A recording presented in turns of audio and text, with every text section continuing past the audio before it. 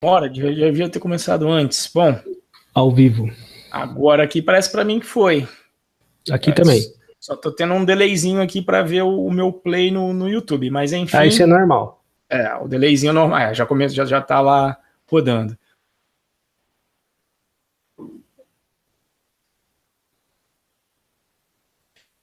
Ok. Então é isso aí, minha gente. Muito boa noite para você que está vendo aí ao vivo essa livezinha aí. Na realidade, essa aqui é uma continuação de uma Tech Talk que a gente costuma fazer lá no Python Pro. É a continuação que eu digo, sempre a gente faz, né? Toda semana, um evento frequente em que os alunos participam e que eles que vão definindo aí os temas durante as semanas, né? O River, na realidade, ele já tinha feito uma Tech Talk sobre o Django REST Framework, inclusive eu coloquei a gravação, tá aqui na descrição da live, tá? Para quem quiser ver depois, onde ele explica a origem, da onde que vem o REST, menciona lá, ele vai explicar até um pouquinho mais, mas menciona a dissertação, onde foi definido aí os termos, o que define, né? E agora ele veio com a continuação. E qual que vai ser a ideia dele? Hoje ele vai mostrar para a gente o como fazer uma API REST, quando eu digo sem framework de REST, né? Ele vai fazer com Django puro, e a ideia é que depois nós teremos uma terceira Tech Talk dessa série, onde ele vai mostrar a utilização do Django REST Framework. Então assim você sabe o conceito, sabe qual é o problema se você não utilizar o Django REST Framework, e aí você sabe qual é o problema que o Django REST Framework ele vai resolver, né? Costumam chamar também de DRF, ele, né? Das iniciais. Sim. Então, vai ser isso. Se você estiver vendo aí agora, souber de alguém que quer saber sobre esse tema aí, compartilha aí para participar ao vivo. Eu vou estar lendo o chat aqui para quem está participando só via YouTube. Então, se você quiser mandar pergunta, fica à vontade. Quiser se inscrever no canal para saber as outras Tech Talks, também se inscreva aí no canal. E aí eu vou deixar aí o River se apresentar e tomar conta aí que o picadeiro é seu, né? E até a ideia é essa, né? Que os alunos também façam as apresentações, porque a gente aprende bastante quando a gente vai fazer uma apresentação dessa, né? Então, Riverzão, manda a bala aí, a live é sua, cara. Beleza. Boa noite, galera. Bom, como o Renzo já disse, eu sou o River Font. Na verdade, obviamente, esse é meu nick na internet. Meu nome é Vicente Marçal. De uma maneira sui generis, eu sou filósofo de formação, né? E tem 2 anos já que, além da filosofia, que é vamos dizer assim, meu ganha-pão, né? Por incrível que pareça, dá para ganhar dinheiro com filosofia, né? Só sendo professor de universidade, mas dá. E de 2 anos para cá eu tenho trabalhado também com Python, né? Mais precisamente com algumas coisas relacionadas até mesmo a pesquisa acadêmica que eu faço, mas também agora tentando alçar outros voos, como, por exemplo,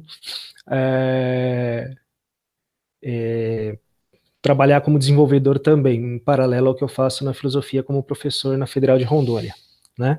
Então, como o Ranzo disse, na primeira parte da nossa Tech Talk, que já foi gravada, a gente discutiu os princípios, vamos colocar assim, que fundamentam o que é uma RESTful API, né?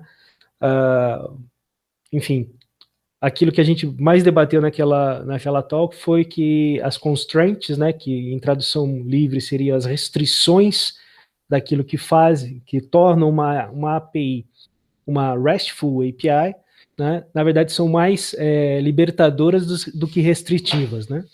E hoje, nessa segunda parte, né, eu vou apresentar, sim, um código bem singelo que eu fiz, justamente para montar uma API do zero em Django, sem a utilização do Django REST Framework, para a gente tentar entender o que é qual é a questão que ele vai resolver para a gente, né?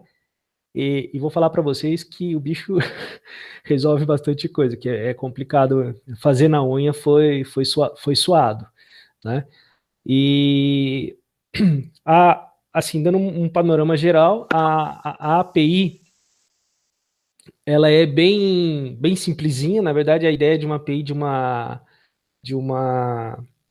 tipo uma lista de tarefas, né, de afazeres, né, um to-do list, como chamam aí, na verdade, com 3 campos, obviamente sem contar o ID, né, 3 campos, né, que seriam a task, a available, a disable, se ela está habilitada ou desabilitada, né, que é um campo booleano, e a data de criação. Henrique, só coloca teu microfone no mudo, por favor. Obrigado. Já fiz isso por ele. Beleza. E aí, a gente vai trabalhando. Eu vou apresentar, então, todos os passos. E vai ser legal que tem uma galera nova, né? A culpa não é deles, a culpa é minha. Na verdade, eu acabei compartilhando o link do Hangout com todo mundo das minhas techs, então tem uma galera que não está diretamente ligada ao Python Pro que está aqui, e são muito bem-vindos, obviamente. E aproveitando fazer o que o Django, foi ótimo essa, que o Renzo não fez, mas se ligue no python.pro.br, que é o nosso curso aqui, né? Aí a turma de agora já está fechada, mas se inscrevam lá para receber as informações e vídeos promocionais, coisas, e até informação, de repente, das Tech Talks, né, para estarem junto com a gente e, de repente, fazerem o curso na próxima turma. Fica aí o jabá, viu, Renzo? Opa, muito obrigado aí, River. Eu tenho mandado, inclusive, para o pessoal que se inscreveu no Python Buds, eu tenho mandado os links da Tech Talk, avisando o dia e mandando o link para a lista de e-mail. Né? E em teoria, né? O que foi o que não aconteceu, em teoria, em geral, a gente coloca ao vivo a galera que participa do grupo, porque eles já sabem qual vai ser o contexto, já se conhece, já tem esse treinamento aqui pré-vídeo live para deixar o microfone no mudo, etc. Mas a gente acabou se enrolando aí, mandou o link para todo mundo, mas não tem problema. Participou, quem tiver aí ao vivo fica disponível, é só deixar o microfone no mudo, e se você for fazer alguma pergunta, você vai lá, tira do mudo e faz a sua pergunta, porque acredito que o River vai gostar bastante se você fizer pergunta. Eu sei, porque quando você fica falando sozinho, você fala, será que os caras ainda estão aí, né? Então eu deixei até com um vídeo aqui ligado para você ver que tem alguém vendo, beleza? Manda bala aí. Tô até comentando a questão dessa galera nova, que eu vou fazer uma introdução de coisas que a gente já está meio que careca de saber, mostrando tudo, desde a criação do Virtual Env, lógico que eu não vou me delongar com relação a isso, mas desde a criação do Virtual Env até mesmo a discussão do próprio código do Django. Bom, vou compartilhar aqui minha tela. Depois eu vou deixar disponibilizado o link com esses slides. Você vai poder até colocar na descrição do vídeo depois no YouTube, Renzo. Bom, não se assustem, só a primeira... Nessa live, só o primeiro slide está em inglês, mas o resto vai vir em português mesmo. Eu fiquei sem tempo. Normalmente eu faço em inglês, mas apresento em português, né? Então a ideia nessa segunda parte, é construir uma API unicamente em Django. Né? Então, bora lá. Apresentar, então, o objetivo nosso nessa talk, apresentar como podemos construir em Django uma RESTful API sem o auxílio de um framework auxiliar, que é o framework auxiliar é o nosso conhecido aí, já conhecido Django REST Framework, que vamos lembrar, são 2 frameworks diferentes, só que o Django REST Framework o que faz é estender as funcionalidades do Django. Então, ele não funciona sozinho, você tem que ter o Django, obviamente, e a partir do Django ele estende algumas funcionalidades, né? Eu não sei se estender é a melhor palavra, por conta da questão da orientação a objetos, né? Mas ele, vamos dizer assim, potencializa o Django para a ideia. Só Pode um falar. minutinho aí, Riverson. Ô, Fernando, deixa aí no mudo quando você não estiver falando, porque senão vai ficar, a gravação vai ficar cheia de barulho. Opa, foi embora. Não era para ir embora, não, mas manda bala aí. Eu tentei colocar ele no mudo aqui, mas não sei porquê. Acho que o Hangout está pembando agora, que tem muita gente, que eu coloquei ele no mudo, mas não ficava de jeito nenhum. Tudo Manda bala aí. afobando o cara. Não foi pior que não tem. Não, eu falei, ele saiu. Manda bala aí, River. Então essa é a ideia da questão do framework auxiliar, né? Até ficou meio cacofônico, né? Sem o auxílio de um framework auxiliar, né? Agora que eu vi que tem esse probleminha aí no slide, mas tudo bem. Aí então a gente vai ver a configuração do ambiente, instalação das ferramentas.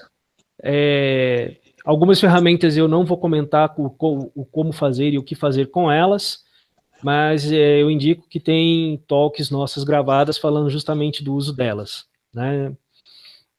E a criação do projeto e da app com o Django, e a construção da API mesmo, que a gente vai tirar, eu não coloquei aí, mas tem o que a gente tem que colocar nos settings, ou fazer nos settings, né?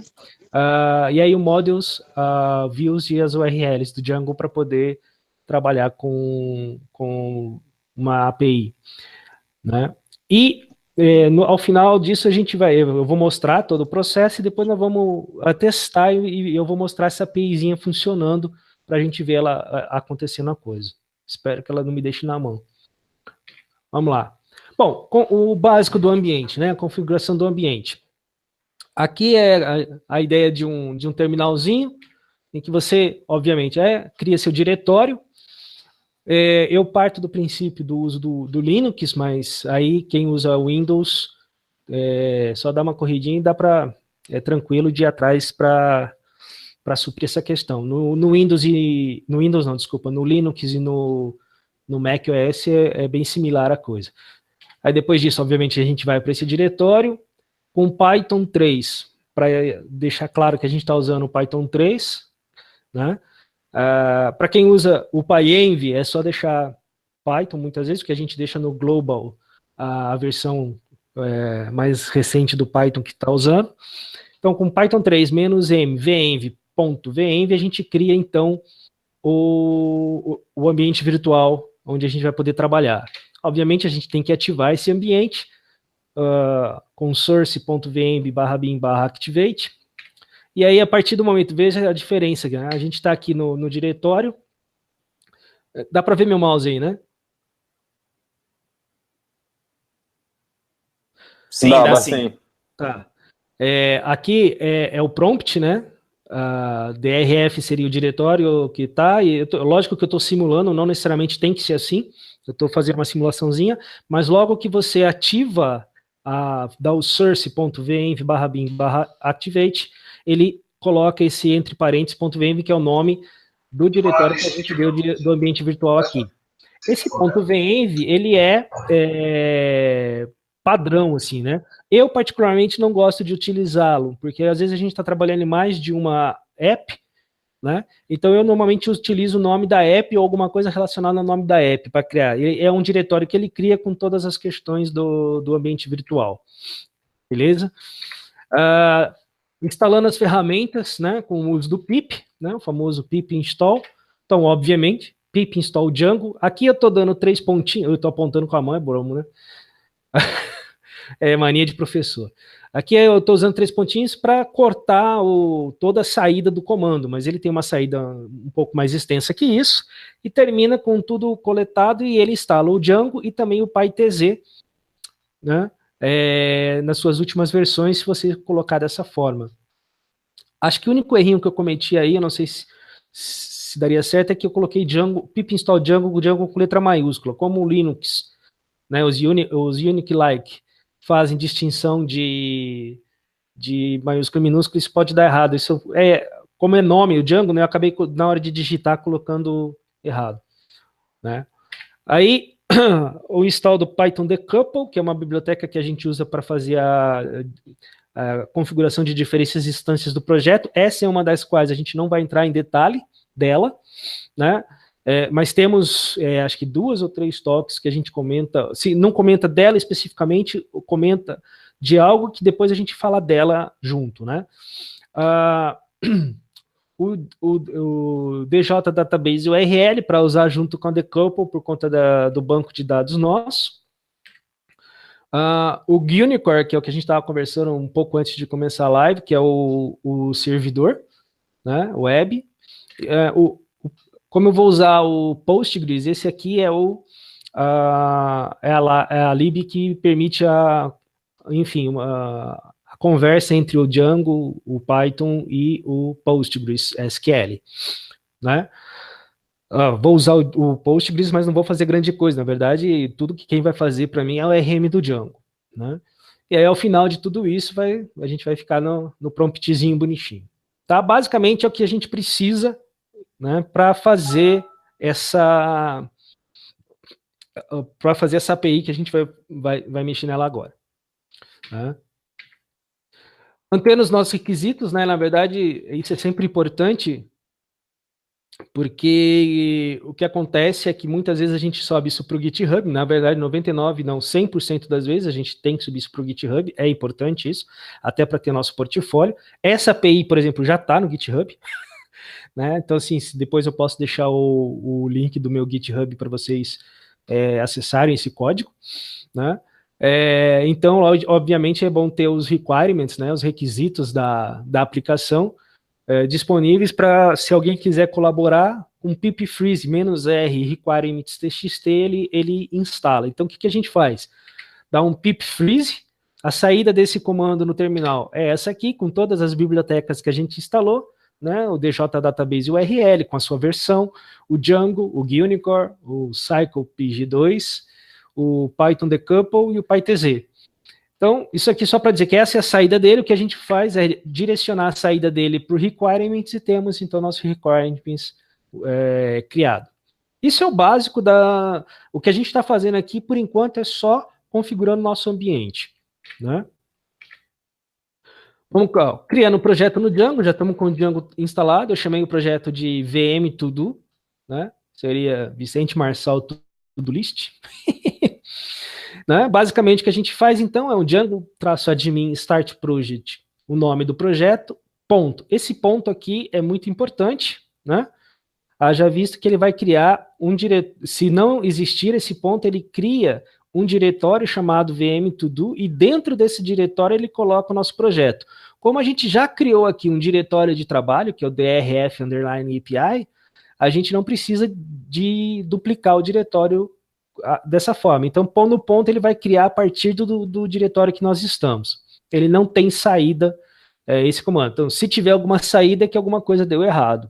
Esse é o famoso método Linux, de que se eu executei e não tenho o que dizer nada, eu não digo nada, né?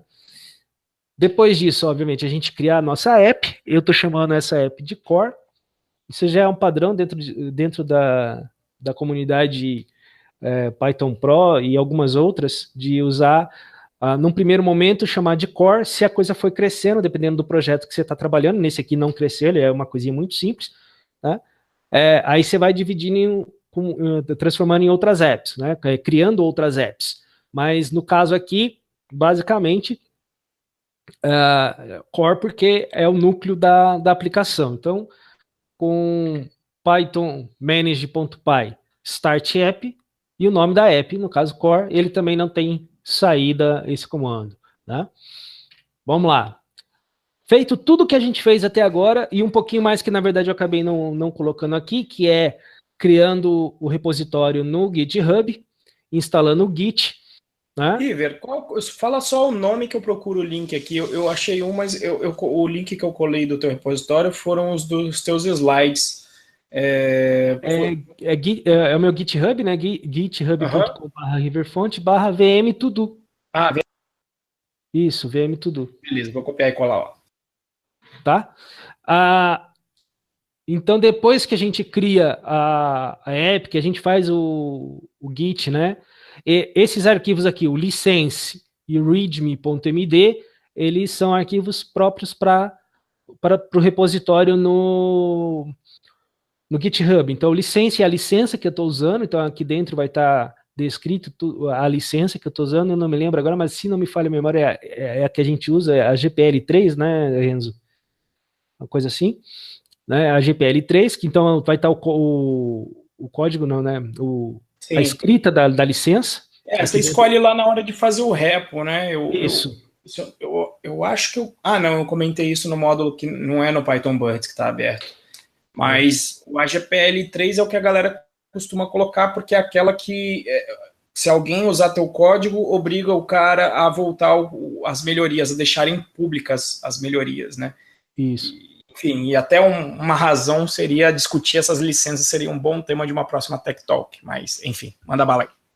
E o README o README-D é um arquivo Markdown em que a gente coloca descrições. Então, se entrarem no repositório, vai ver que não tem muita coisa e tem até o botãozinho para os slides, se não me engano. Ou não, isso é só nos slides, desculpa. Mas, enfim, esse comando tree tem que ser instalado. Eu sei que ele tem pro Linux e pro Mac. Agora, pro Windows eu já não sei dizer. Ele faz essa listagem que eu vou mostrar abaixo aí. Então, a licença, né? O manage.py, que é criado quando você cria seu projeto. O readme, que também é lá do repositório. O requirements, que a gente criou com o pip freeze, né? Isso tudo está no mesmo nível, que está no nível do diretório de trabalho, que no nosso caso aqui é o DRF underline API. Opa! Ficou pequeno aqui. Esse tá vendo? Vem aqui, ó, VM to do core, aí aqui para baixo, Dunder init, tá, deu para ver assim? Tô vendo, porque na minha tela ele cabia tudo na tela. Calma aí. Não, aqui a gente, o Dunder init está cortado na metade exatamente. Isso, agora ele apareceu. Então, isso que ficou em destaque é do projeto, ok? Isso que está em destaque. Então, VM to do, que é o nosso diretório do projeto, o diretório da app core, né? E aí o Dunder init, o settings.py, o rls.py e o wisg.py. Né? Isso é do projeto. E isso aqui é da app. Né? A app, quando a gente criou a app, o Django já criou todos esses diretórios, esse diretório e todos esses arquivos para a gente, inclusive o diretório das migrações. Né? Então, a app nada mais é do que um pacote Python, a gente vê pelo Dunder init aqui, assim como o migrations também, por conta do Dunder init.py. Né? Aí a gente tem o admin, o apps, o models, o templates. Aqui é a pasta de templates, desculpa, não é o templates.py, é a pasta de templates, os templates que a gente vai criar. Esse, na verdade, tô me lembrando aqui que o Django, o manage.py do Django não cria esse diretório, tá? Esse aqui é um diretório que a gente cria na mão depois. E o tests.py e o views.py. Então, isso tudo é da app. Então, a estrutura da nossa aplicação é essa.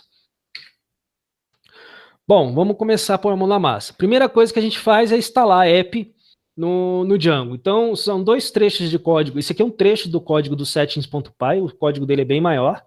Né? Então, a gente vem na Installed Apps e no final dela, esse aqui é o que vem já por padrão, quando você cria o projeto.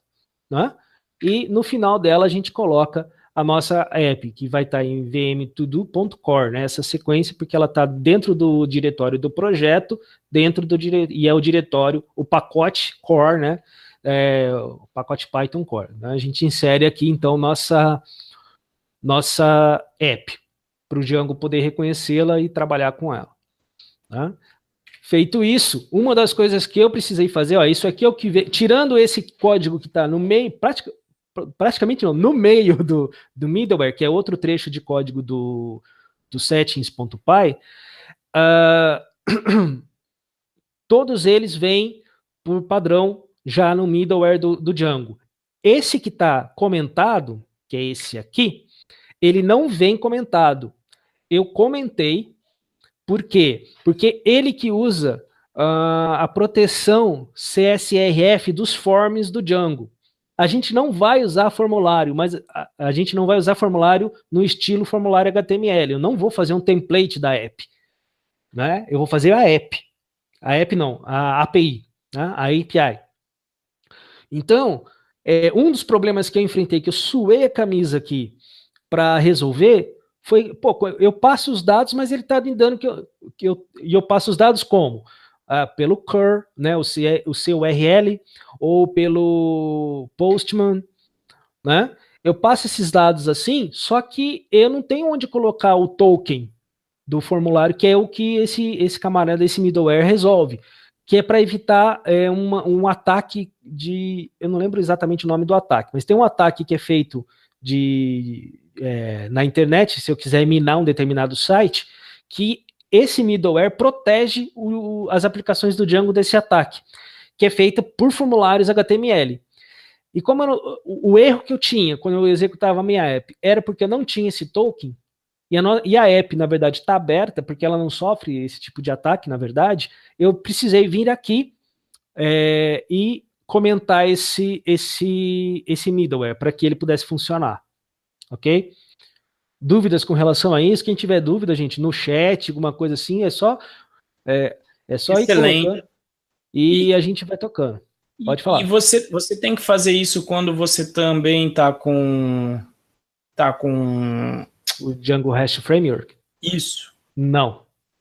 Ele já deve tomar conta disso aí. Deve tomar conta disso aí, porque eu sei disso porque eu fiz o projeto da Olist lá, aquele teste, e lá eu não precisei vir no middleware do Django e comentar essa linha de código. Legal. O Sérgio colocou aqui no chat, né, que daria para ter usado nas views, somente nas views que você ia fazer o CSRF exempt, usar um decorator, né? Para evitar. Seria uma outra opção. Mas eu não sei se de repente você não fez, porque você falou, não quero ficar também decorando a porra toda, depois você vai passar isso para DRF, né? E aí não precisa do decorator. Na verdade, sim, cara, foi a solução mais rápida que eu encontrei, né? Não tô, e óbvio, assim, outra coisa, que é o código que eu vou apresentar aqui não é é o primorzão, eu fiz funcionar o negócio. Com certeza tem muita coisa que dá para melhorar, tanto na beleza do código, né, refatorar para ficar mais legal, mais bonito, quanto até mesmo de performance, coisas do tipo. Mas primeiro eu fiz funcionar o negócio, né? Que é o mais importante. E aí a magia do open source, né, River? Tá aberto para pull request também, né? Exatamente. Né? Qualquer coisa, tá lá no Git, só fazer o fork e mandar os PR, sem problema nenhum. Né? Aí, óbvio, né? Configurações gerais do Django, que a gente não vai entrar em detalhes, por exemplo, como o Python decouple e o DJ Database URL, né? Que a gente tem talks que falam disso, né? Inclusive, se eu deixo aí a liberdade para o meu anfitrião aí, que é o Renzo, se quiser ver algumas das talks e linkar depois aí embaixo, aí tranquilo. Mas não é nada assim absurdo. A gente tem o canal do Python Pro, que as talks estão todas lá, e é só dar uma olhada. Todas ainda não, porque são muitas, né? A gente faz tempo que a gente está fazendo por semana. Pelo que eu vi, quando a gente resolveu vir aqui para a live, tem 40, né? Eu coloquei 7, porque eu tô tendo que ver os vídeos para ver se não tem nada ali que não vai ficar muito bem de ficar público, né? Sei lá, às vezes tem. Por exemplo, tem algumas que a gente emulou processo seletivo. Aí acho que não é uma coisa que possivelmente eu acho que eu nem vou perguntar para a pessoa, porque acho que fica chato abrir um negócio desse em público, porque sempre é complicado, né? Você tá emulando o processo seletivo para alguém. Então essas não, mas são poucas essas, né? As que a gente toca esses temas eu só vou vendo para ver, porque às vezes teve gente que até mesmo lá que eu falei, esse código aí é da produção, tá parecendo uma senha aí, é melhor você tomar cuidado. Então eu tô tendo que ver os vídeos de novo para poder até dar uma editadazinha. Mas eu já coloquei o link aqui da playlist, inclusive. Mas quem quiser se inscreve no canal, que você vai recebendo conforme eu vou fazendo o upload as notificações. Mas manda lá aí, River. Bom, começando então com o que interessa. Primeiro, o que eu pude fazer, né? Criando models, no que eu criei não só o models, como o model form, que foi uma coisa que me ajudou muito a trabalhar o retorno da API depois. Então, obviamente, aqui é os imports normais, você tem que importar o forms do Django e o models, obviamente, para a gente poder criar os modelos. Na verdade, aqui vai ser o modelo, né? Um modelo só. Né? Aqui eu estou criando o modelo, que é o tasks, né? Models, que é de models.model, com os 3 campos que eu falei. Lógico que tem o 4º campo, que o ID é automático, né? Então é o task, que é a descrição da tarefa, o disable. Esse me deu trabalho para pensar o nome, porque, putz, o que eu vou colocar aqui, né? E lembrar que, por exemplo, ele tem que ser false quando está habilitado, porque quando está ticado o negócio lá é porque ele é true, né? O checklist lá é true quando está ticado e false quando não está. Então você inverte a lógica na hora de pensar quando a tarefa está habilitada ou desabilitada. Ela está desabilitada quando está true o negócio aqui. Mas de boa. E o created at, que eu coloquei só para ter uma data de quando foi criada essa tarefa no banco, né? Na hora que o cara mandou o negócio e criou no banco a tarefa. O create at e o ID são 2 campos que ele não precisa encaminhar para o banco, porque elas são criadas automaticamente e não são mexidas mais, não são alteradas. A única coisa que pode acontecer com esses dois campos, junto com todos os outros, é serem apagados do banco depois, junto com o registro todo, né? Aqui a classe meta, em que eu dei o verbose name para caso, até para, vamos dizer assim, ver alguma coisa pelo Django admin, muito, mas na verdade eu nem usei, mas principalmente para poder colocar o ordering, que eu coloquei ela ordenada por data de criação, né? E data decrescente, por isso ali no create the tem o tracinho ali, que é o menos, né? Para dizer que é do menor para o maior. Né?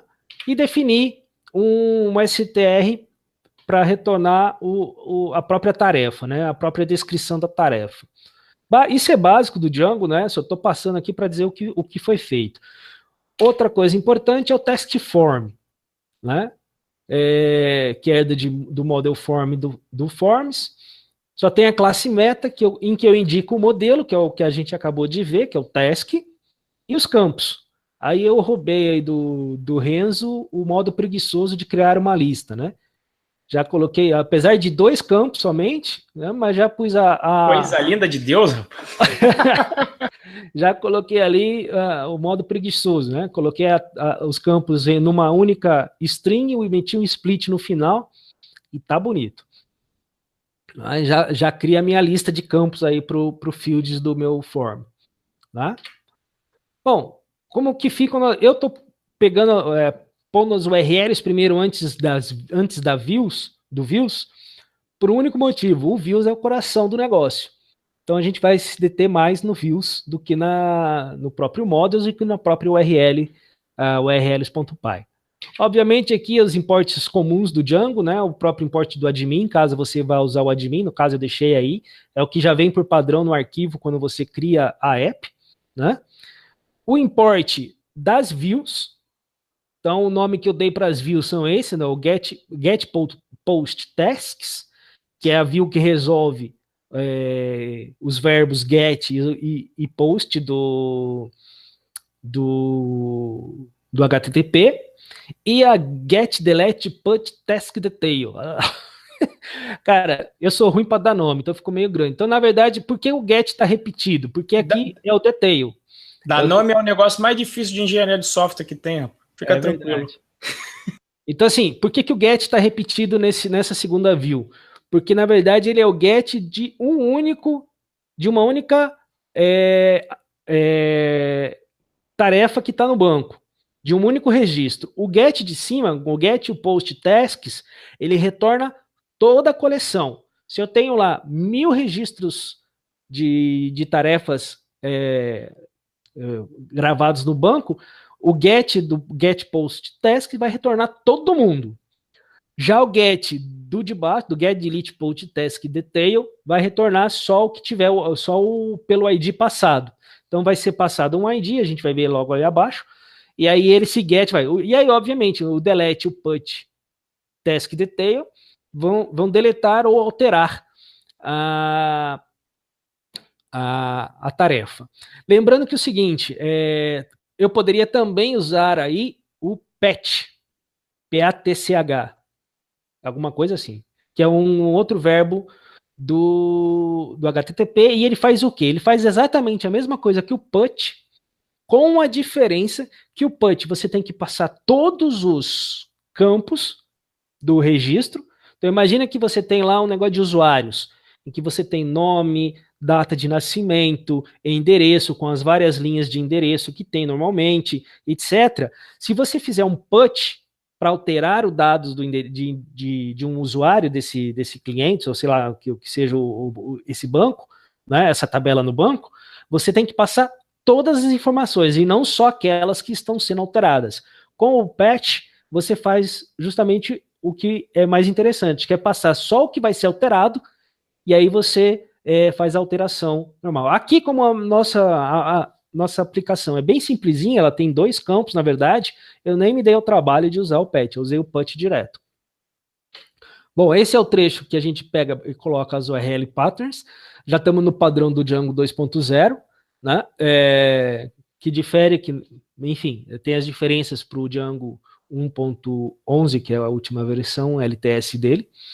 Né? Então, o que a gente faz? A gente define, olha o caminho que eu dei. Isso é dentro daquilo que a gente discutiu lá na primeira Tech Talk. Né? O importante para mim é isso aqui, né? O tasks, né? Isso aqui, olha, eu consigo selecionar aqui, legal. Não... O task. Isso é o que a gente chamou lá na primeira Tech Talk, é o meu recurso, é o meu resource. Indica o meu resource. Isso aqui é meu caminho para ele. Eu preciso colocar isso aqui? Necessariamente não. Não é uma coisa obrigatória.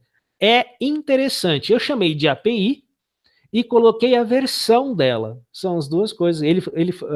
Muitas vezes se fala do versionamento das APIs. Né?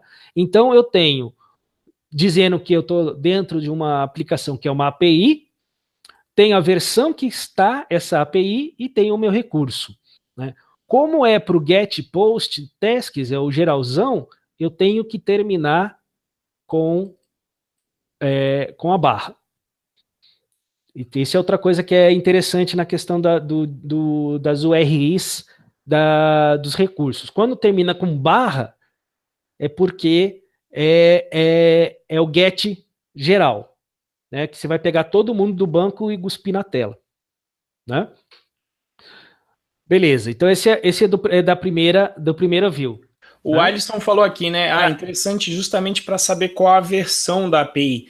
E não só isso, né? Porque em algum momento, né, em software fatal, você vai cometer algum deslize de design, e nem deslize, porque você estava atendendo um caso de uso, mas aí o negócio evolui, você precisa mudar a API.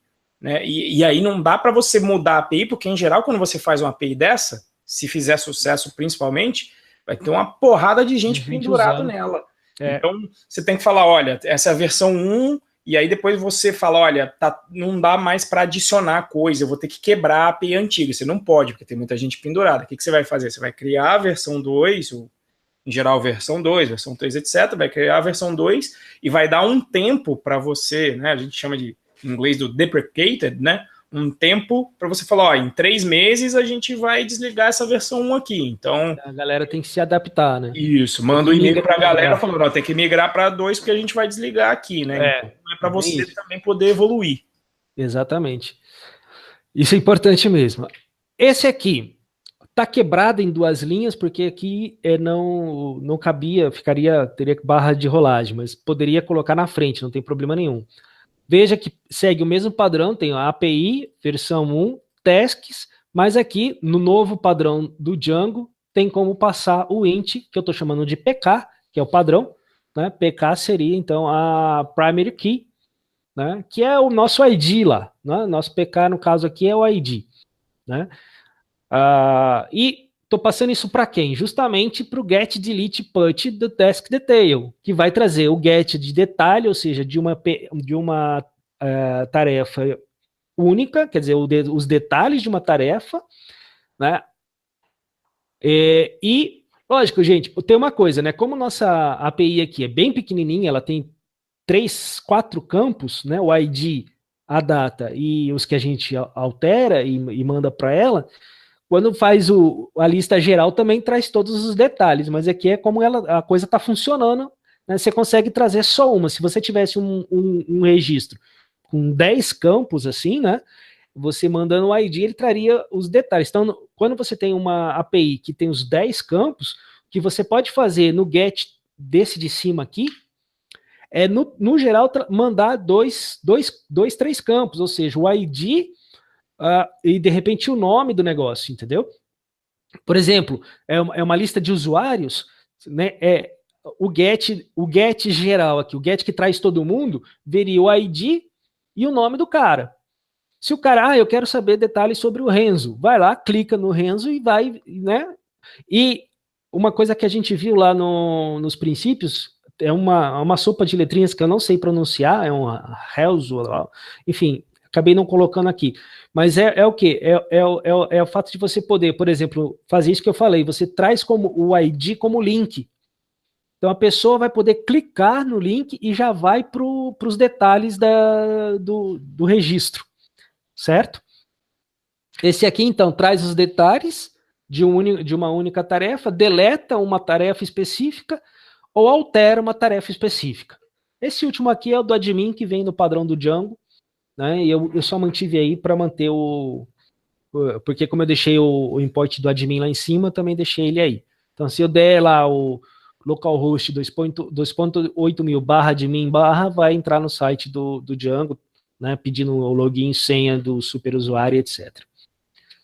Bom, a nossa view, né, o coração da nossa API, o que me tirou sono por algumas noites. Vamos começar. Lógico, o código está quebrado, é grande, né? Então eu vou por partes. Vamos lá. Importar a lib.json. Bom, a primeira coisa muito boa, né, é a famosa frase que é bem um slogan do Python, né? Ele vem com baterias inclusas, né? Inclusas. Né? Eu misturei incluídas com inclusas. Então, ele já vem com uma biblioteca que te permite lidar com JSON, né? Eu também importei a biblioteca do Forms do Django chamada Model2Dict, em que eu pego o resultado de uma consulta no banco de dados e transformo num dicionário. O HTTP, né? O Django, importei o JSON response do HTTP do Django. Isso é importante. Vamos lembrar o seguinte: o que é uma view no Django? Uma view no Django é uma função ou uma classe que recebe um request e devolve um response, né? E request e response são coisas próprias do protocolo HTTP, tá? Então, para a gente poder retornar a nossa resposta, eu vou usar o JSON response, justamente porque a API devolve um JSON. Tá? Essa aqui, exclusivamente, ela recebe um JSON e devolve um JSON. Ela não trabalha com outros formatos. Ela pode trabalhar? Pode. Mas aí você tem que, né, programar para que ela possa trabalhar nisso. E aqui os nossos modos, tanto task, o model tasks, né, como o task form, para poder trabalhar com eles, obviamente. Bom, aqui ficou grande, não coube tudo na tela, vamos direto para o unitário. Esse aqui é a view que trabalha o getPost. Deixa eu fazer uma coisa, peraí. Bom, essa é a getPost tasks, né? Vamos ver como é que ela está trabalhando, como é que eu trabalhei com ela.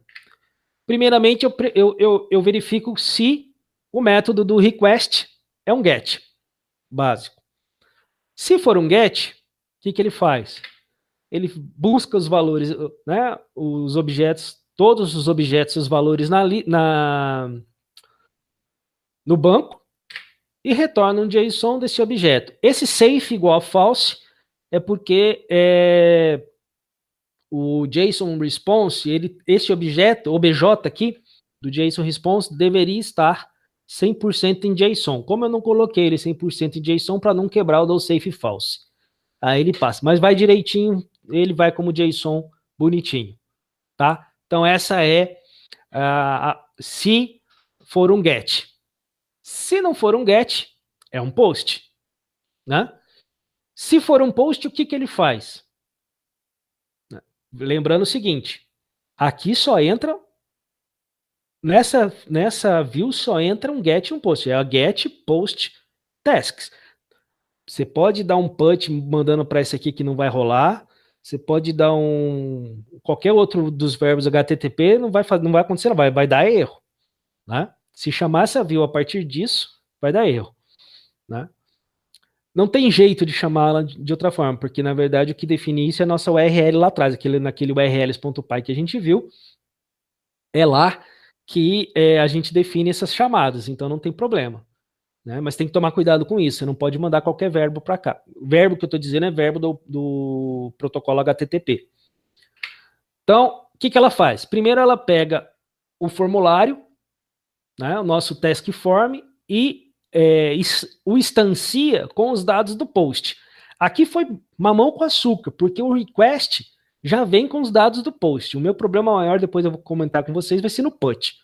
Mas aqui vem mamão com açúcar. Você tem o request.post, que nada mais é que todo o JSON que foi enviado no corpo da requisição post, do request post.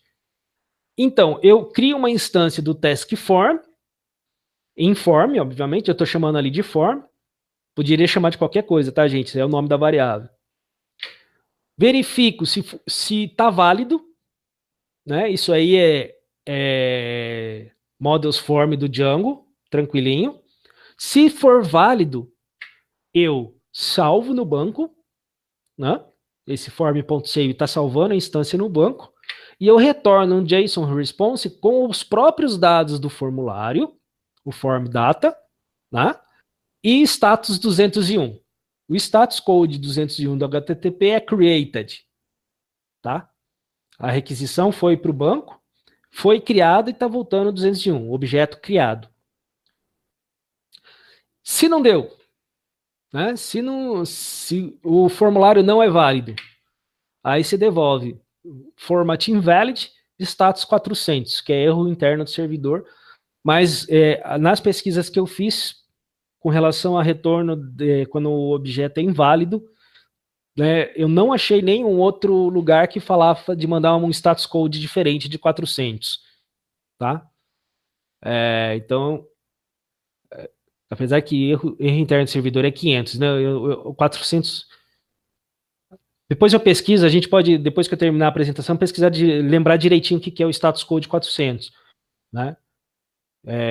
Mas beleza. Então, isso aqui, tudo, é o que faz o getPostTasks, tá? Ele né? Como a gente viu lá em cima. Aqui é para retornar. Pesquisei aqui para você. 400 é um bad request error. Isso, bad request, isso mesmo.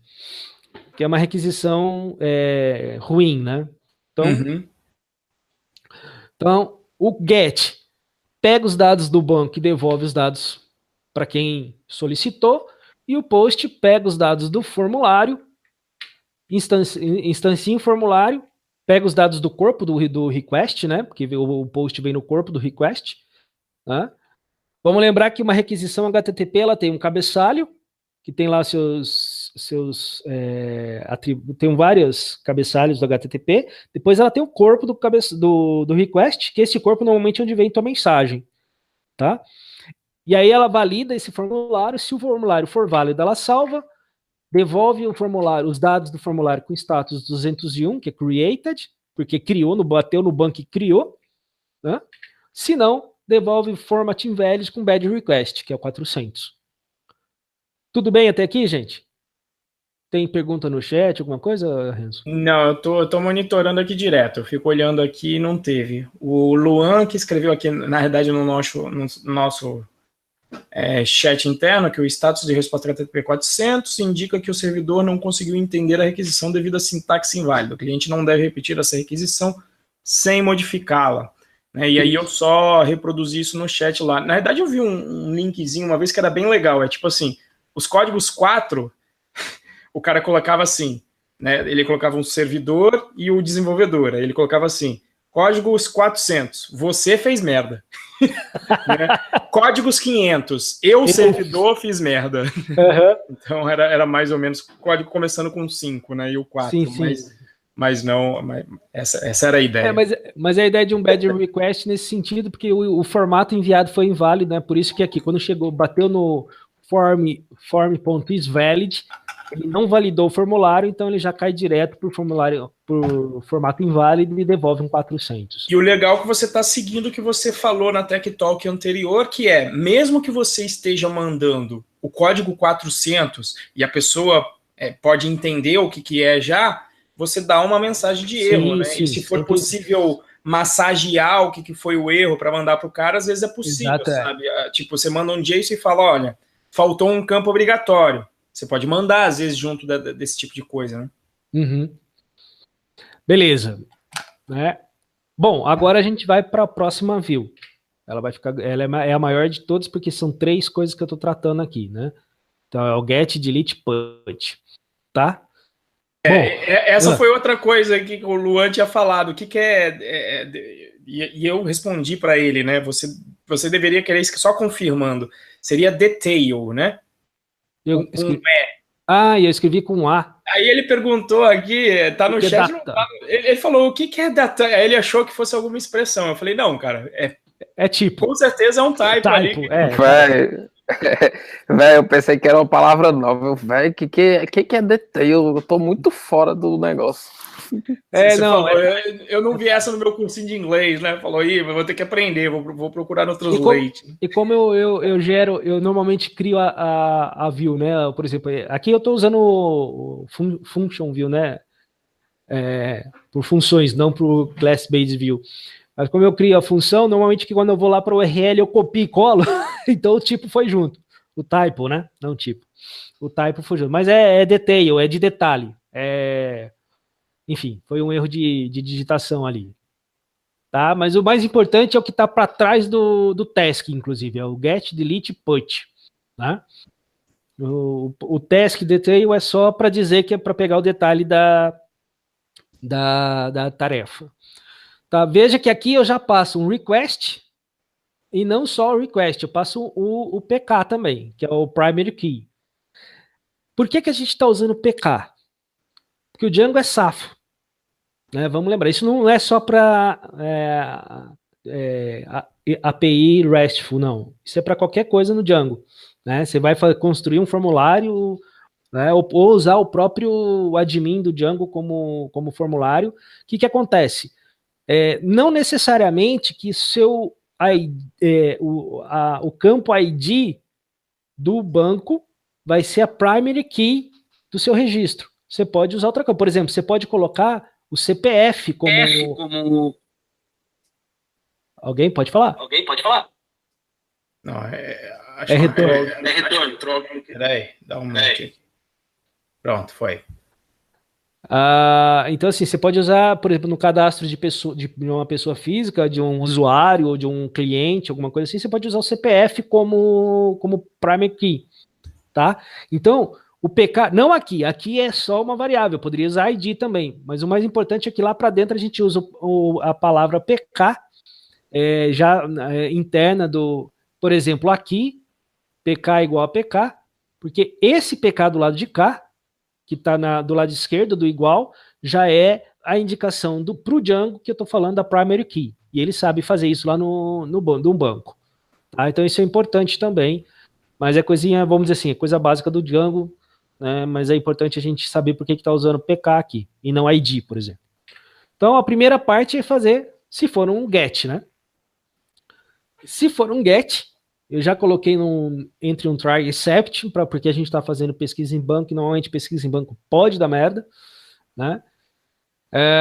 Então eu já ponho ele dentro de um try except, por conta do does not exist. Então o que eu faço? Eu crio um objeto que faz uma pesquisa no banco. Então olha só, eu faço uma pesquisa no banco, que é tudo isso aqui. Então, task object get pela PK, né? Pela primary key, que foi passada no request, está aqui em cima. Foi passada junto no request. Isso tudo retorna um objeto do Django, um objeto de banco de dados do Django, e eu transformo com a model to dict, transformo no dicionário e armazeno. Armazenar não é o bom termo, né? E instancio o obj com esse objeto, com esse dicionário. Beleza? Bom, se não deu problema, ele já retorna, porque o try está verificando essa questão do problema, né? Se deu algum erro no banco, o try é que vai pegar esse erro. Ele faz o quê? Ele retorna um JSON response, em que data é o obj, que eu acabei e da mesma forma eu passo um safe false, porque eu estou passando um dicionário e não um JSON. Então ele trata esse meu dicionário e transforma em JSON dessa forma. Se der erro, o grande erro que pode dar é alguém passar uma primary key, né, um ID não existente. Então, opa, pulou o except aqui, mas tudo bem. Seria esse, ele não seleciona. Mas tudo bem, seria esse except tasks does not exist, então eu sei que o retorno disso aqui, foi que o objeto não existe. Aí o que eu faço? Eu passo o data como sendo um dicionário com message task not found e o status code 404, que é not found. Né? Lembrando que 404 é não encontrado. Famoso erro 404, que é o que todo mundo mais conhece. Ninguém conhece o 200. Assim, a gente conhece porque programa, mas o usuário de internet não conhece o código 200. E é o que ele mais vê. Mas o código 404 ele conhece, porque ele vê esse código acontecendo na tela. Porque o 200 é ok. Você, sei lá, entrou deu www.google.com, aparece a telinha bonitinha do Google, mas por trás tem um código 200 que veio junto. Né? Beleza. Tá. Então é isso que acontece se for um get. Agora eu estou com todo o código aqui. Se for um get, ele tenta buscar o objeto pela APK.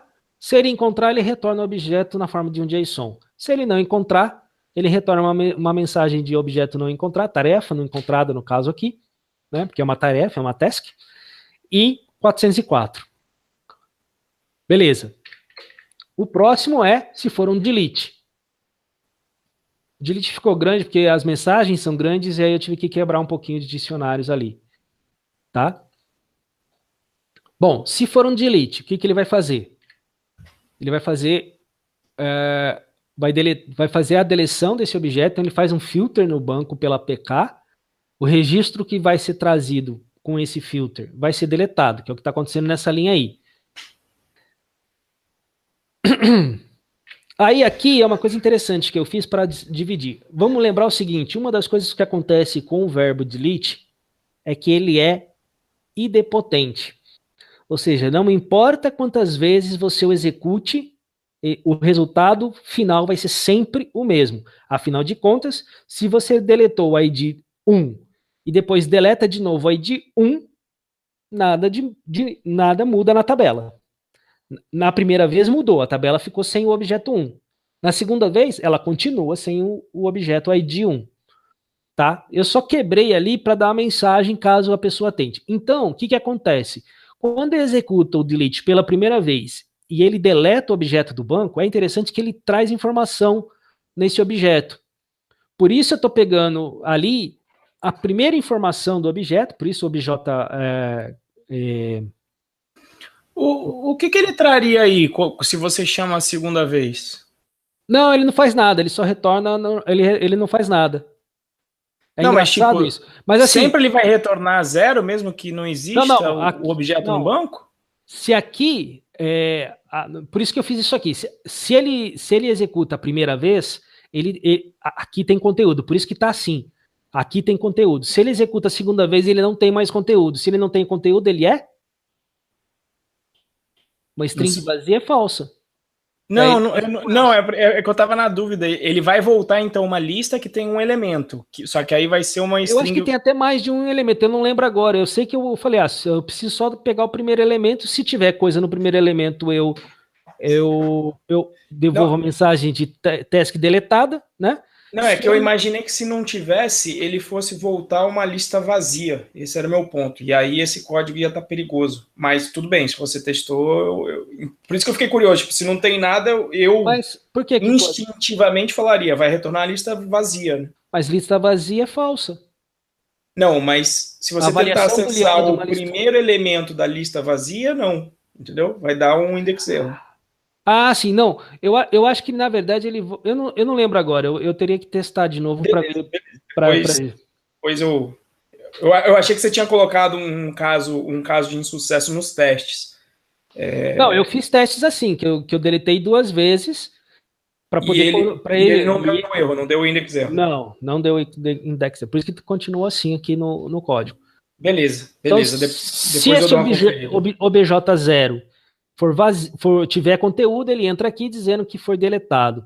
Se não, que né, ele vai retornar só a mensagem que o objeto não existe. E eu coloquei ambos, por isso que eu estou dividindo ele, ó, tá vendo que eu estou fazendo Tem data uma aqui, né? pergunta aqui do Glauco, acontece que aí eu não sei se passou, eu perdi o contexto. Ele perguntou assim, Vicente, por que você não usa o decorador ao invés de colocar no nome da função para limitar os verbos get, post, É push porque isso é e feito com delete? Django REST Framework, aqui não tem decorador. Ah, ele tá achando. Ah, tá. Apesar de aqui estar DRF, vai ver que o Glauco não pegou o início da talk. É, Hoje ele tá mostrando o basicão na unha. na unha, sem o Django REST. Talvez o que fosse uma opção, mas aí a complexidade ciclomática fica mais ou menos a mesma. Ele poderia ter utilizado um class-based view para implementar os métodos get, né, o get, post, sobrescrever os métodos lá, ele implementa um template method e tudo ia ficar separado em uma classe. Poderia ser uma opção também. Mas a complexidade ciclomática em si vai ficar a mesma, porque se tiver classe com método, né, você está lá com 3 níveis e com if, else, etc., você vai estar com um só. Uhum. Vai estar com a mesma coisa, aliás. Manda bala aí. E o retorno dele. Então, assim, aqui eu fiz com esse if aqui, porque eu retorno a mensagem de um deles, né? E ambos retornam com 204, que é que o objeto foi deletado. De novo, assim, são as mensagens que eu não lembro, alguém que quiser pode procurar aí. Mas outra coisa que eu fiz foi pesquisar o que acontece se você tem um objeto deletado 2 vezes e que status code é esse, né? E o que me coube foi o 204, né? Se alguém tiver uma informação distinta dessa, pode compartilhar com a gente. Mas vale lembrar que é o seguinte,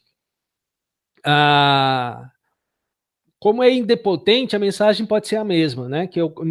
Se não me engano, é conteúdo inexistente ou alguma coisa do gênero. Não tem a ver com a deleção em si, mas é tipo alguma coisa nesse aspecto, né? Então, aí, bom, a próxima é o que mais me deu trabalho. Depois de feito, tudo é facinho, né? Enquanto a gente tá fazendo com o pepino na mão, né? Bom, o que acontece aqui? Galera, me dá só... Oi, pode falar. Aqui o Paulo falou, 204 servidor processou a solicitação com sucesso, mas não é necessário nenhuma resposta. Nenhum conteúdo, Beleza. Deixa eu fazer... Eu só vou precisar ligar o ar-condicionado antes, fosse. O ventilador que tá começando a suar aqui. Me dá só um segundinho, tá? E aí, Renzo, você faz, se tiver muito barulho por conta do ventilador, eu desligo daí. Beleza. Não, o Glauco aqui continuou no chat, ele colocou, não colocar o Gatorade. Eu entendi o required aí, mas eu entendi como ele vai tratar todos eles. Porque se você, acho que você está vendo o resto do código agora, Glauco, o River está tendo que tratar a maior parte dos verbos, porque eles estão todos previstos no REST. Né? Então agora ele vai tratar o put aí para salvamento, ele tratou o get para listar. Então o required ele só vai limitar, mas como aqui na aplicação ele está trabalhando com a API REST, que vai trabalhar com praticamente todos eles, eu fiquei meio, tipo, não sei se precisa limitar nesse momento. A não ser que você está falando que é possível colocar se for possível, e aí eu não sei, eu não conheço tanto de Django para saber, se tiver um decorator que você consegue dar o mesmo nome para umas views e dizer, ó, essas daqui vão atender com o mesmo padrão ali no URLs, mas esse daqui é o do post, esse daqui é o do put, eu não sei se tem como separar isso. Até onde vai o meu conhecimento, você consegue fazer isso com a class based view. Você sobrescreveu os métodos respectivos aos métodos, post, put, etc. Mas aí eu não sei. O do 204 aí, pode ser que ele não retorne nada, mas apesar que eu lembro de ver alguma coisa na apresentação, e aí o River pode continuar, de não retornar nada, que era uma boa prática você retornar as coisas, né? Retornar os dados. Né? E faz muito sentido, principalmente quando você cria a primeira vez o elemento, porque aí ele tem que trazer o ID que ele foi salvo no banco. Mas aí o River pode confirmar aí nesse caso, né? Apesar que o 204 no content. There's no additional blá blá blá.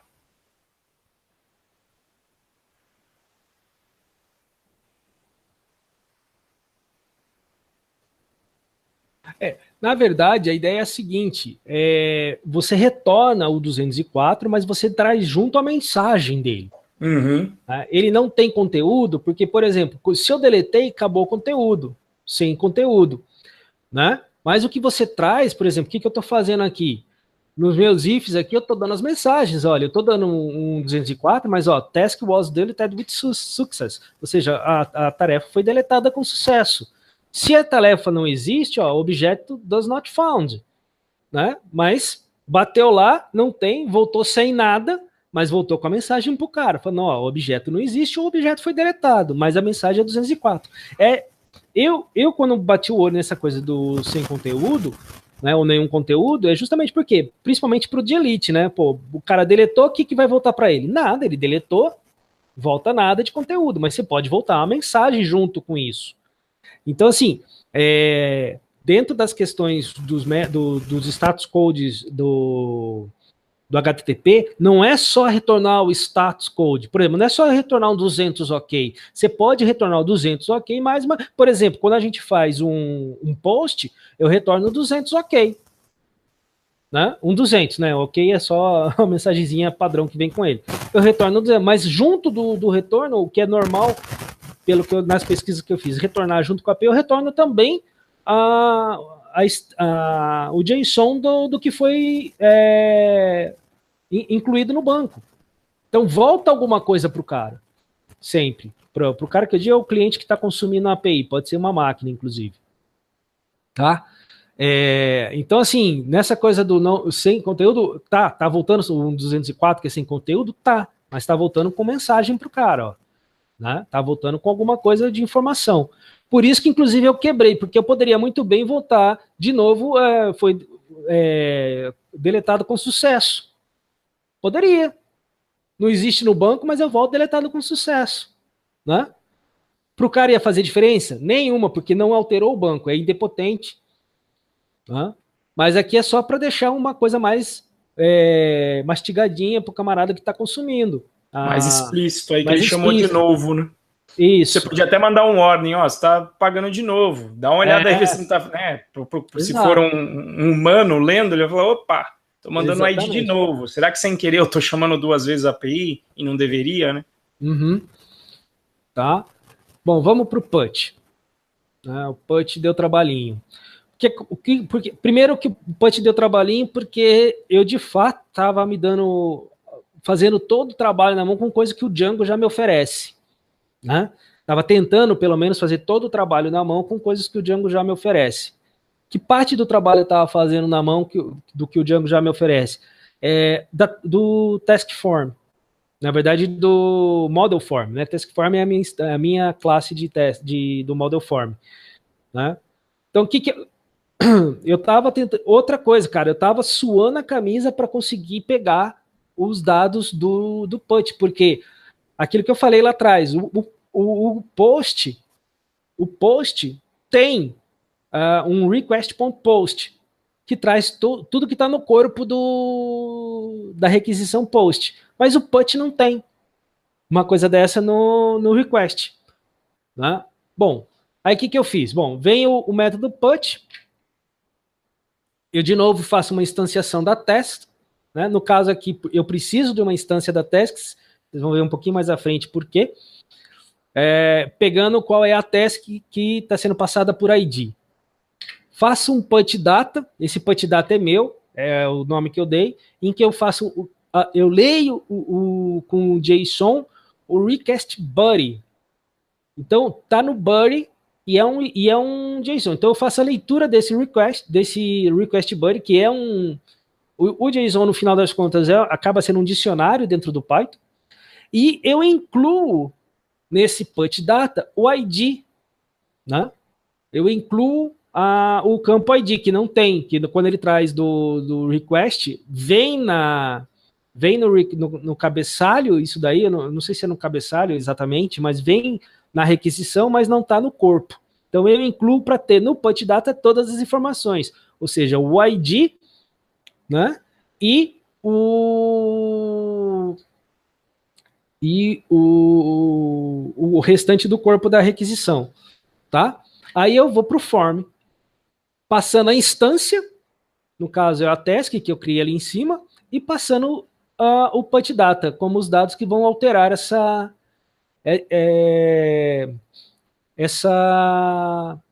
tarefa. Obviamente, aí o que eu faço? Um form is valid, se o formulário for válido, quer dizer, se a parte de cima passou tudo bonitinho no task form, salvo no banco e retorno o JSON com status code 204. Né? Se não for válido, aí eu retorno o 400 com format invalid. Como eu disse, agora que está pronto, tá facinho, entre aspas. Mas isso me deu trabalho. Foi a que eu mais suei para fazer. Né? Por quê? Porque essa parte aqui foi a que mais me quebrou a cabeça. Eu não estava conseguindo achar uma maneira de pegar os dados passados pelo verbo put. Né? A ideia minha era que devia ter alguma coisa do tipo request.put, como tem o request. Que tinha alguma coisa como request.put, como tem o request.post. Né? E não tem. Né? Aí, quebrando a cabeça, conversando com o Renzo várias vezes, né? Acabou aparecendo aqui, então, a possibilidade de ler com esse JSON loads, aí incluindo o ID, e aqui o form, task form, instanciando o formulário, passando a instância que eu quero alterar e os dados de alteração. Se o formulário está válido, devolve. Se o formulário não está válido, manda uma mensagem de erro dizendo com status code 400, dizendo que o formato está inválido. Né? E só um parêntese sobre isso, foi bem interessante esses bate-papos, porque o que acontece? Como quando a gente começa com o Django, a turma costuma utilizar muito o admin, né? O admin, por baixo dos panos, já faz isso para você, né? Instancia o form, passa os parâmetros, valida e faz toda a mágica para você ali, né? Então, como muitas vezes a gente começa e usa muito o admin, na hora de ter que fazer alguma coisa na mão, como é o caso aí agora, né? Aí a galera já começa a dar uma viajada, né? E aí é bom quando a gente fala, não, tem um form lá que faz isso, né? Então, você vai pegando os pedacinhos dele, e essa é a grande sacada do Django, né? É que ele resolve em alto nível no admin, mas quando você precisa dar uma personalizada, fazer uma coisa um pouco diferente, você tem que entender um pouco as pecinhas dele para você não escrever muito código, senão você vai destruir de código e vai falar, não, mas já tem a validação lá no form, você não precisa validar nada, né? E aí a parte de juntar essas peças que eu acho que foi um pouco difícil, né? Porque ele falou, putz, vem no corpo com JSON, né? Eu falei, não, aí você faz o encoding com a própria lib do Python. Né? Inclusive, acho que tem um JSON do próprio Django também, que eu acho que faz alguma coisa a mais. Tem também, mas eu acabei usando a do Python mesmo. Mas eu não... mais por conta de... como é que eu posso dizer? De ter conseguido uma solução e... lógico que a solução não era o que eu estava fazendo, mas aquela ideia de você ir para o Google e começar a procurar as coisas, como é que você resolve tal coisa, e aí você achar algumas informações e, tipo, vamos tentar ver se isso aqui funciona para mim, né? E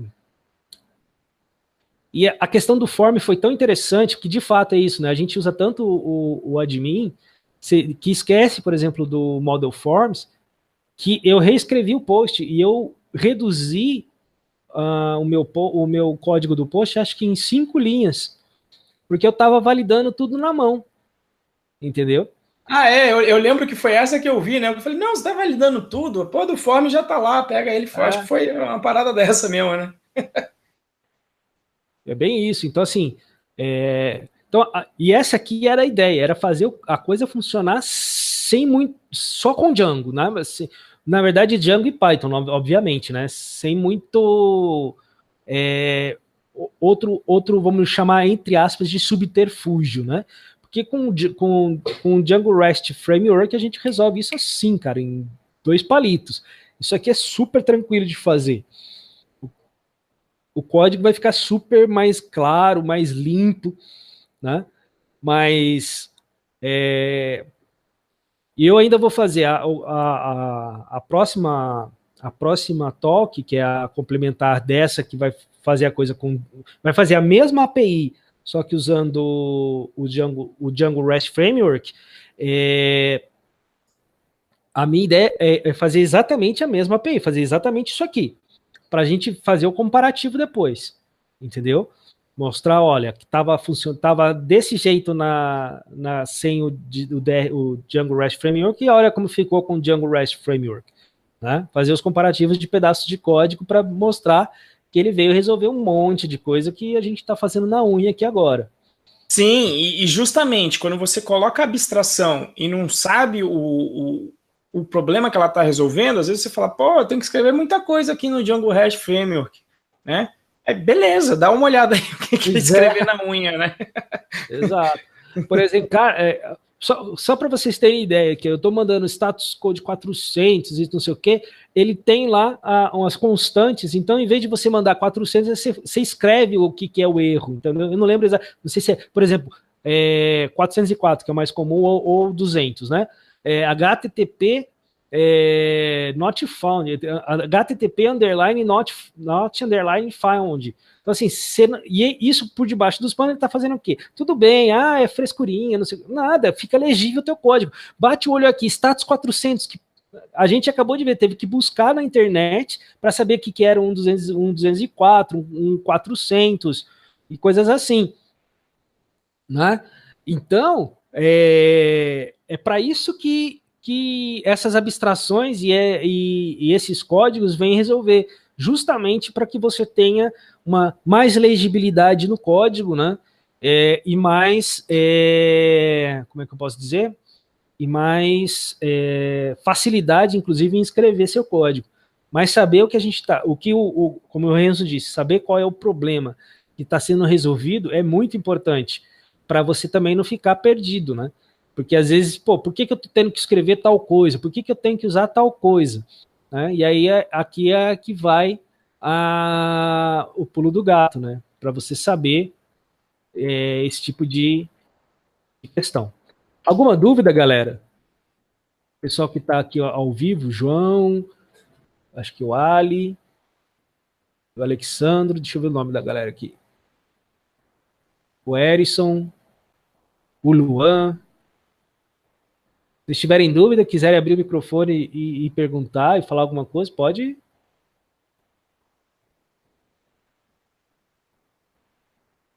Eu não sei se eu tenho acesso ao chat.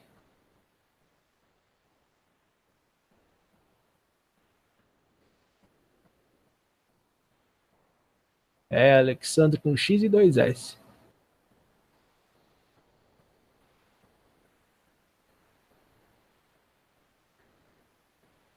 Beleza.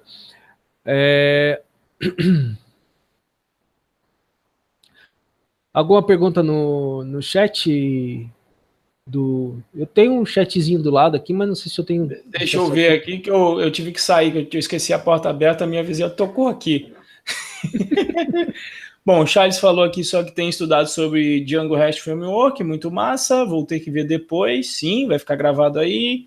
Achei interessante, estou tendo uma outra visão fazendo na unha, o Alisson falou, então te deu os parabéns aí. Valeu. O Edson aqui também tá boa por enquanto. Então, ótimo. Espero que ele mantenha aí, e aí eu espero que fique boa completamente. Então, Só um questionamento. Só, Diga. tipo, qual a vantagem de você implementar na unha em detrimento de você usar o Django REST que já está implementado, mais detalhado? a vantagem é você aprender o que ele está fazendo e você saber por debaixo dos panos o que está acontecendo. Na verdade, a ideia aqui é essa, que a ideia não é que a gente vá desenvolver uma API na unha. A ideia aqui é saber o que o Django REST Framework está ajudando você e resolvendo para você no Django. E Massa. tem uma outra questão, né? Essa questão do Django REST Framework surgiu quando o River foi fazer o projeto do processo seletivo da OList, né? E aí ele começou já com o Django REST Framework. Então, quando você começa com uma abstração, que é o Django, e aí você usa outra abstração, que é o Django REST Framework, às vezes você tem ali alguma dificuldade, você tem a curva de aprendizado do Django REST Framework. Então, se de repente você tem, por exemplo, é um projeto, você não precisa de todos os verbos, você vai precisar, como era o caso lá. Lá no caso, você só ia precisar listar um negócio. Será que, se você tiver que aprender o Django REST só para fazer uma listagem, aí eu até brinquei com o River, eu falei, olha, como é só uma listagem, eu nem ia perder tempo aprendendo o Django REST Framework, né? Bota essa porcaria dessa lista aí, mete numa lista, bota para o JSON Response e acabou. Né? Uhum. Então é para você não usar uma bazuca quando você, né, precisa Pra matar usar um mosquito. Exatamente. Então tem a curva de aprendizado também do framework em si. Por quê? Porque o framework vai te resolver várias outras coisas. Vai fazer mapeamento, vai trabalhar com autenticação, vai resolver aí o cross-site request forgery, possivelmente já usando o decorator automático para você. Então tem várias coisas que ele já traz para você, mas que de repente para o teu contexto não é necessário ter essa infraestrutura toda. Uhum. Massa. E a ideia aqui, como a gente está num Tech Talk de estudos mesmo, a ideia aqui é a gente está estudando a bagaça, entendeu? Então a gente está tentando vamos dizer assim, que meio que esmiuçar os detalhes e como resolver essas questões. Então, por isso que a gente está, que eu estou trazendo. Então, como é que eu dividi? É que o conteúdo é grande pra caramba, né? Então, assim, a primeira Tech Talk, eu falei só de conceitos, só dos conceitos, dos princípios, o que está envolvido, por que chama REST, qual a diferença de REST e SOAP, qual a diferença entre REST e RESTful, né? Por que você tem lugar que fala REST e tem lugar que fala RESTful, né? Então, por exemplo, lá o que a gente estava fazendo é falar de REST. Aqui a gente está falando de RESTful. Ah, mas qual a diferença? Né? Tipo, faça o merchandising. Vê lá. Não, tô brincando. A diferença é que, por exemplo, quando você está tratando sobre a arquitetura da API REST, é REST. Certo? Então, você está tratando dos termos, por exemplo, falando do protocolo HTTP, como utilizá-lo, as melhores práticas de utilizá-lo, falando dos status codes, falando das constraints, né, as restrições que a arquitetura te coloca, que lá a gente discutiu que apesar de chamarem restrições, está mais para como é que chama? Libertação do que restrição, vou colocar assim, né? Ela te solta mais do que te prende se você seguir as constraints, né? Então a gente está falando de REST. Aqui, por que a gente aqui está falando de RESTful? Porque a gente está tratando da implementação de uma API com código, mostrando com aquela. Então, assim, quando você tem uma API implementada que respeita as constraints de REST, é uma API RESTful. Então, essas diferenças. Então, essa parte conceitual a gente tratou na primeira. Nessa segunda, qual foi a ideia? Fazer na unha. Eu nunca tinha feito na unha, cara. Esse código aqui, não estou falando isso para me gabar, falando, não, é que eu nunca tinha feito mesmo. Então, eu falei, não, então eu peguei o desafio, vamos fazer. Eu vou apresentar o negócio, então vamos estudar. Eu falei, você vai se divertir, River, fazendo e vai aprender bastante no processo, né? Exatamente. Então, assim, eu parti para cima, lógico, por isso que eu coloquei uma API super facinha, Você está vendo que eu não tenho autenticação de usuário, então, por exemplo, é uma lista de tarefas monousuária. Inclusive, no GitHub dela eu já coloco isso, para ninguém falar, mas como é que faz se tiver que mais de um usuário usando? Não, ela é monousuário, cara, é para um cara só. Aí você bota lá, manda por request, né? Ué. Entendeu? Então, assim, ela é monousuário, quer dizer, não tem por exemplo, eu não tenho uma divisão do assim, essas tarefas aqui são do usuário 1, essas tarefas aqui do usuário 2, então eu teria que ter um cadastro de usuários, esse tipo de coisa. Não faço. Eu fui super simples justamente porque, primeiro, eu nunca tinha feito isso na unha, né? O que eu fiz foi usando o Django REST Framework, né? Ainda deu trabalho, porque eu estava aprendendo a usar o danado, né? E então por isso eu fiz uma coisa simplesinha, né? Ela tem falhas. E um parênteses aqui, foi muito legal isso. Eu mesmo nunca tinha parado para ver lá, para ir pesquisar, veio, nem sabia que tinha vindo de tese de doutorado, não sabia quem é que tinha feito. Eu fazia as minhas APIs vendo o que eu via nas APIs que eu consumia, né? Então, o legal do que o River trouxe na primeira talk foi essa da onde veio o histórico e a formalidade de porquê do RESTful, né? É coisa de filósofo isso. Mas eu acho legal trazer o formalismo. Que às vezes a galera ficava muito... Por que eu não acho que eu também não ia pesquisar? Porque a galera ficava numa discussão de sexo dos anjos. O pessoal faz API e acha que é RESTful. Veja aqui por que não, sabe?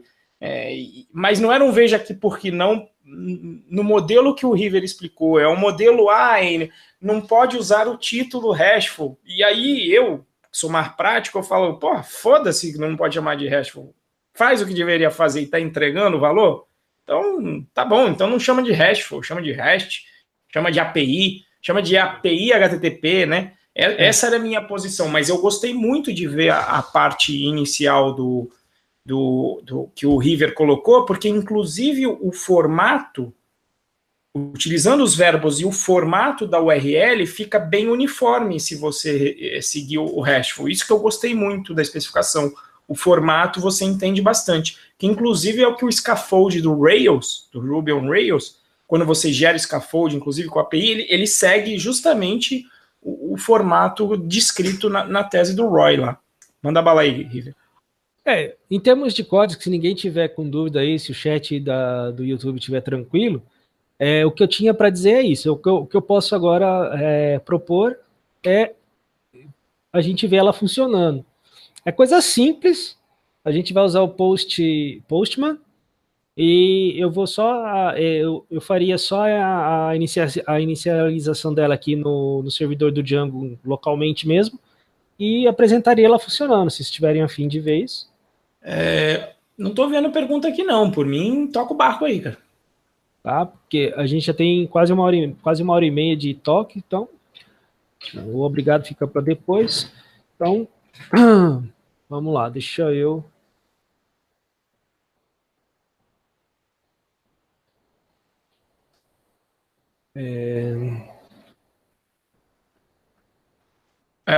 O Charles colocou aí, o Postman é muito massa. O pior é que eu vou dizer que eu nunca tinha usado, cara.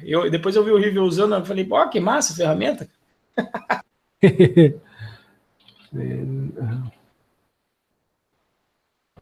Eu sempre acabava só fazendo os testes automáticos, depois fazendo o teste na munheca um pouco só, mas confiando nos testes automáticos e homologando depois em prod. Mas o Postman aí quebra um galho bom. Vamos lá. Tá, servidor rodando, vamos acionar o Postman aqui. Calma aí, eu tô vendo os slides. Eu sei, eu tô preparando um ambiente para compartilhar a tela. Tá bom. Tá. Enquanto vocês estão vendo lá, que estão vendo o slide, deixa eu só mostrar uma coisa, só para... vou sair dos slides aqui, mas tranquilo. O último slide é só um obrigado. Localhost...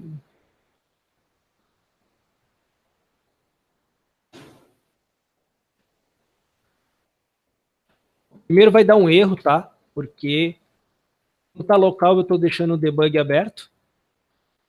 Deixa eu só...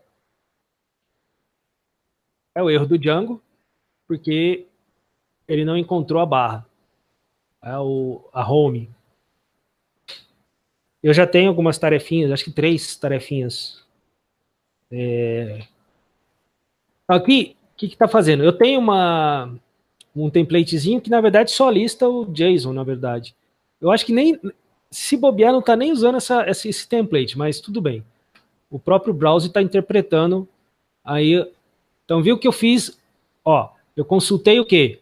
A API versão 1 tasks barra. Você tá o quê? Com o JSON Viewer aí, para ele formatar bonitinho o JSON, é isso? É. A extensão? Isso. Então, aqui tá as 3 tarefinhas, elas estão na ordem inversa de ID, porque estão ordenadas pela data de criação. Né? Então, assim, vamos dizer assim, quando você faz o get, do get post lá que a gente viu, traz uma listagem de JSON assim, beleza? Tem algumas coisas que eu poderia ter implementado, por exemplo, eu poderia ter trazido um link aqui junto do ID para que clicasse e fosse para os detalhes, tá? Ó, vou pegar, nem precisa pegar ali, só pôr um 3 aqui em cima, não vou pôr barra, você dá Enter, você tem seria a ideia de você trazer uma. Então agora eu já estou em qual view? Estou naquela get, delete, put, task detail, que está escrito errado, o detail lá. Tá? Então basicamente em termos de get, é isso que a gente tem. O get para todas as tarefas e o get para uma ID específica. Né? Eu vou pôr a 1 aqui. E se eu pôr uma que não existe? Task not found. Beleza? Se a gente... deixa eu fazer o seguinte. F12. Acho que está em network.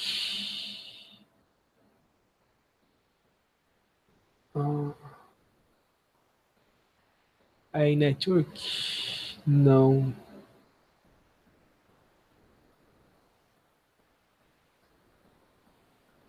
O que você está procurando? Para mostrar os cabeçalhos HTTP. Putz, os cabeçalhos. É que em geral, quando eles voltam os erros ali no console, ele vai aparecendo. Principalmente os de erro vão ficando vermelhos ali também, né? Console. Olha lá. Lá na parte do network, né, não? Aí no network tu tem que clicar na requisição. Roda de novo essa daí, vê um ponto do task 9. Tá, beleza. Aí pronto. Aqui é o status code aqui. Obrigado. Eu não sei quem foi que falou, mas obrigado aí. Foi o Alex. Valeu, Alex, né? Isso. Acho Alex. Que então, bem, eu chamei o 9, deu 404, mas ele trouxe a mensagenzinha task not found.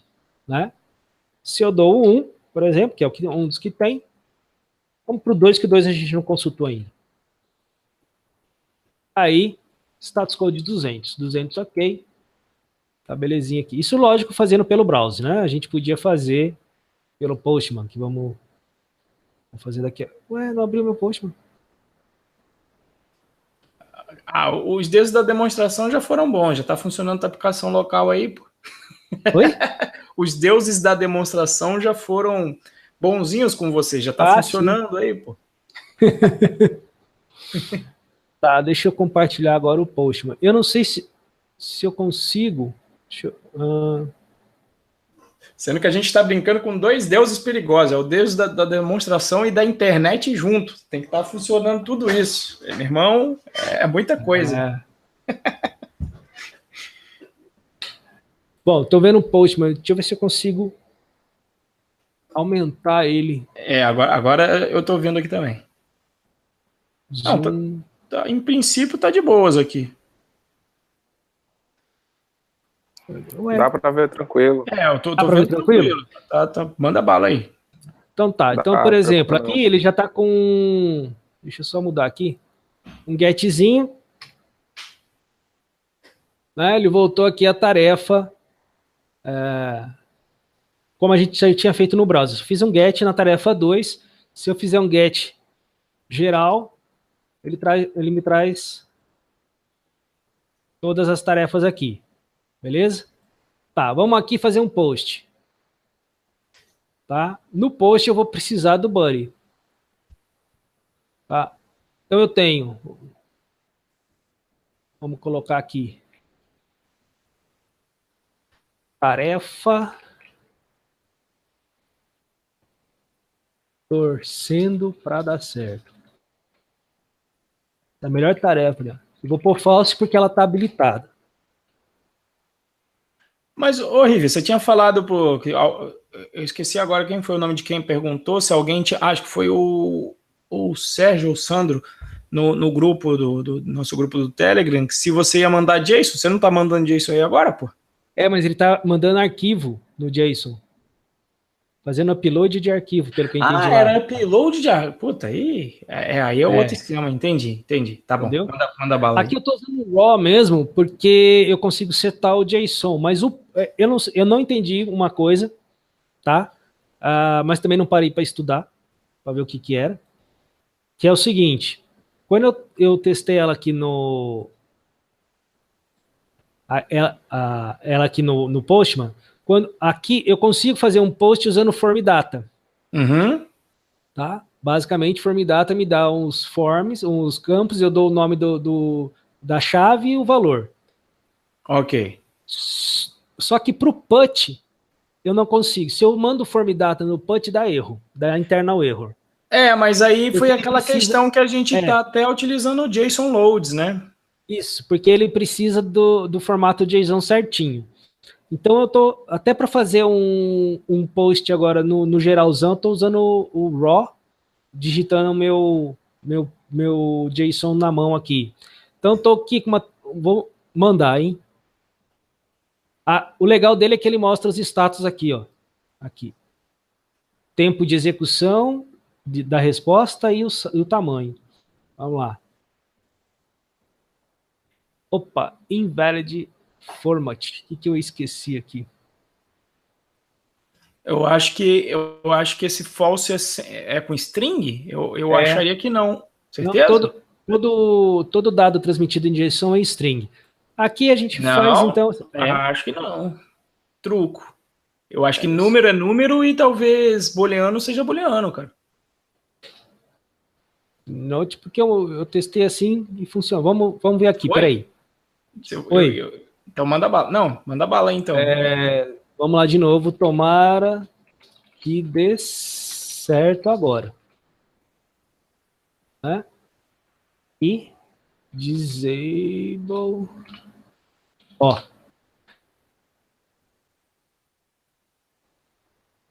Vamos lá. Agora foi. Tá. Apesar que a volta aqui ele formatou lá, mas ele formatou com JSON, né? Mas tudo bem. Agora foi, se a gente fizer um get aqui, né? A gente então vai ter a tarefa 4, tomara que agora dê certo com o horário de agora, ó. Olha o falso aí agora, sem as aspas aí. É mesmo. Então devia ser isso. Mas manda bala, beleza. Beleza. Manda bala. Aí é quem vai consumir a API. Não, beleza? Então, assim, conseguimos criar uma. Vamos alterar essa aqui. Put task 4 body. Ó. Vou te mostrar uma coisa. Não. Vamos ver se o que vai acontecer agora. Tá vendo? No put funciona. Porque ele trata o JSON lá. Talvez ele esteja utilizando a licença poética ali. Tenta mandar sem as aspas para ver, só para desencargo aí. Vamos ver se ele deixa.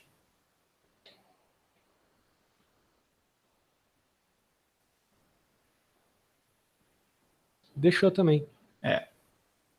É que eu não sei, eu acho que você estava retornando também os dados que tinham ido. Sim.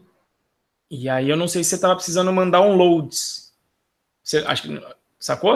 Saquei. Mas você viu. Beleza, a gente tá vendo que tá funcionando, né? Tá rolando. Manda bala. Vamos fazer um delete. Eu vou deletar 3.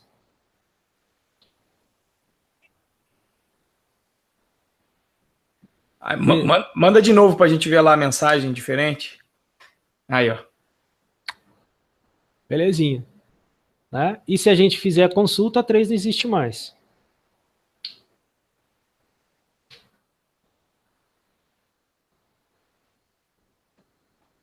Opa, faltou o 3, faltou 3, né?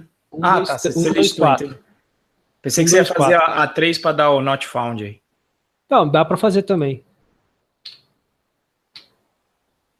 Maravilha. Task not found, né? Então, basicamente, é isso. Eu não implementei, porque a ideia não era essa, a ideia não era implementar algo que consumisse, mas era para fazer a implementar os testes assim mesmo, pelo Postman, né? E pelo browser mesmo. Então, basicamente é isso, gente. Se tiverem perguntas, quiserem falar alguma coisa. E aí, pessoal, quem tiver aí online ainda, vamos ver, temos 16 ainda guerreiros aí online nessa hora. O que vocês acharam? Quem tiver aí ao vivo no vídeo, diga aí o que falou. Quiser mandar no chat aí também. E aí, o que vocês acharam? Cadê? Ou o pessoal dormiu aí, Alex? Tô acordado ainda, meu cara. Tá de parabéns, viu? Foi bem esclarecedor. Que bom. Até deixar claro que aquela minha pergunta de por que usar um em detrimento do outro, né, eu achei bem interessante, mas era porque eu queria entender mesmo. Não, tranquilo. Porque, por exemplo, para mim, eu estudei JavaScript e abriu muito minha mente, isso que você falou mesmo. Ver como que funcionava antes mesmo de ver o framework, entendeu? Não era uma crítica, era mesmo para mim entender se tinha alguma aplicação que otimizava mais. Não, e a gente, primeiro que eu não tomei como crítica, eu tomei como uma dúvida mesmo, por que a gente fazer isso, por isso que a gente colocou. Uma coisa que a gente faz no curso nosso aqui, quando a gente às vezes faz uns encontros e tal, não só nas Tech Talks, né, por exemplo, pegar uma função do Python. A gente fez outro dia, acho que é segunda agora, né, que a gente teve encontro de tirar dúvidas, e a gente pegou a função range e fez ela na mão. Ela existe no Python. Você precisa fazer uma outra? Não, você não precisa. A não ser que você queira entender o que ela está fazendo, como ela faz. E a ideia no caso, era aprender generators e etc, né? Então, assim, volta e meia, a gente está fazendo esse tipo de coisa. Está pegando uma coisa que tem no Python, que tem no Django, e está reescrevendo, não para melhorar, só para entender como é que a coisa funciona. Pegar o raciocínio do negócio. Entendeu? Aí abre a mente pra caramba, quando você vê como é que é por trás, né? Exatamente. O que eu queria acrescentar é o seguinte, o Alex.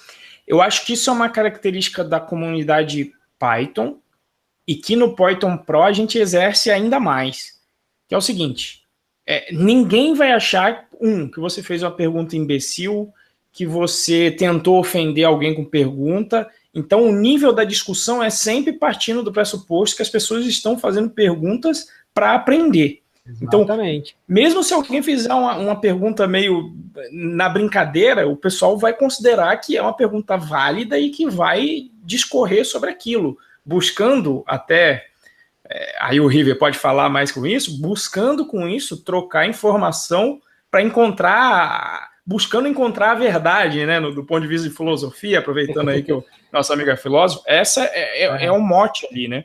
Então não tem pergunta idiota. A única coisa idiota que eu sempre falo é você não falar nada e ficar na dúvida, e ficar se fudendo sozinho, né? Então divide com a galera e pergunta sempre. Não tem assim, não tem nunca aconteceu e quando acontece de alguém, na verdade eu nunca vi, cara, assim alguém falando, não, acho que essa pergunta não procede, sabe? Eu acho que é um ambiente um ambiente frutífero para você poder perguntar tudo, né? Sim.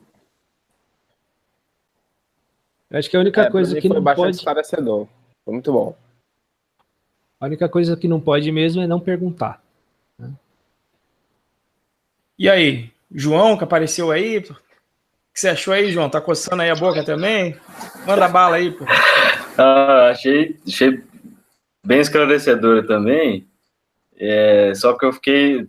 Depois eu vou ter que caçar os vídeos ali de como é que faz a configuração do banco de dados, que eu fiquei curioso como é que faz essa parte da conexão com o banco para poder salvar as tarefas lá.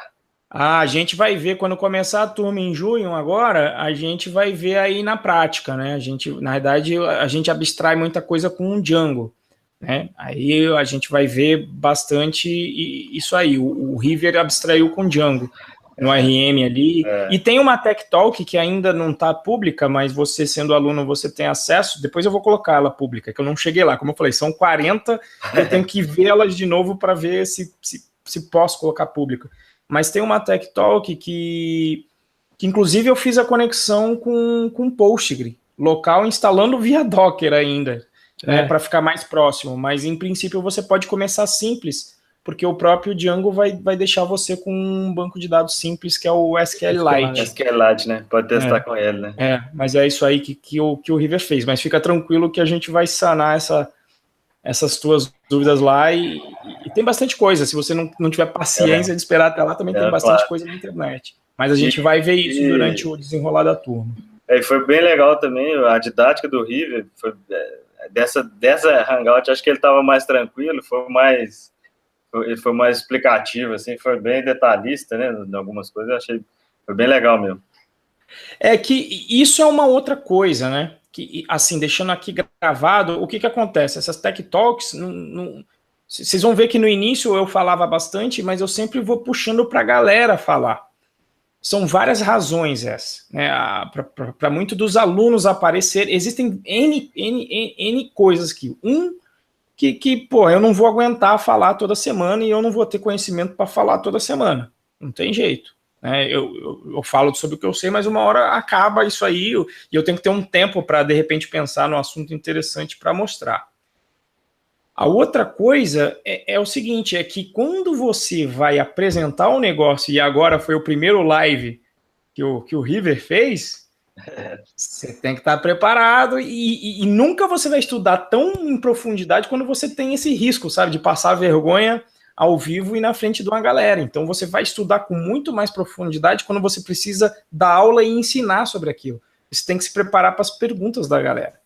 E ainda um terceiro efeito colateral bom é que a galera vai colocando isso no portfólio. O River vai lá e vai colocar esse vídeo no canal dele, né? Então, assim, tá todo mundo ganhando, sabe? Aquele ganha. Pô, eu acho legal porque, putz, a gente vai falando do curso e, obviamente, aí o cara, de repente, fica com vontade de fazer o curso, porque vê como que é a pegada. O cara ganha porque tá aprendendo com aquilo e já tá montando o portfólio dele. Daqui a pouco, quem sabe, não vem aí e fala, pô, o River manja disso, manja de hash, vamos contratar o cara para fazer isso, né? Porque hoje em dia, sendo bem claro aqui, né? Primeiro já, porra, River, parabéns, foi sensacional a palestra. Eu faço minhas as palavras do João. E aí o que acontece hoje em dia? O River, cara, o River para mim ele falou, que ele tá buscando uma mudança, ele tá querendo também fazer aí algumas coisas com tecnologia. Não, mas isso é melhor não ficar gravado, né? Deixa quieto. Né? Mas ele é um cara de tecnologia, certo? Ele faz as coisas acontecer. Você vê que isso é coisa de quem nasceu nerd ali na filosofia. Então, alguma hora, se ele quiser fazer essa mudança de vir para cá, às vezes é complicado fazer essa mudança, né? Porque ele vai ter o viés de, putz, eu sou um professor de filosofia, e aí ele manda um currículo, o cara vai ler lá o quê? Eu sou um professor de filosofia, por que esse cara tá querendo programar? Não, ele tem um portfólio no GitHub e ele quiser que isso deixe de ser hobby, né? Ele já vai ter um portfólio e já vai ter, olha, tem aqui uns vídeos que eu fiz, né? Eu não vou mencionar nomes também, mas, por exemplo, fui fazer um processo seletivo e tinha que fazer projeto.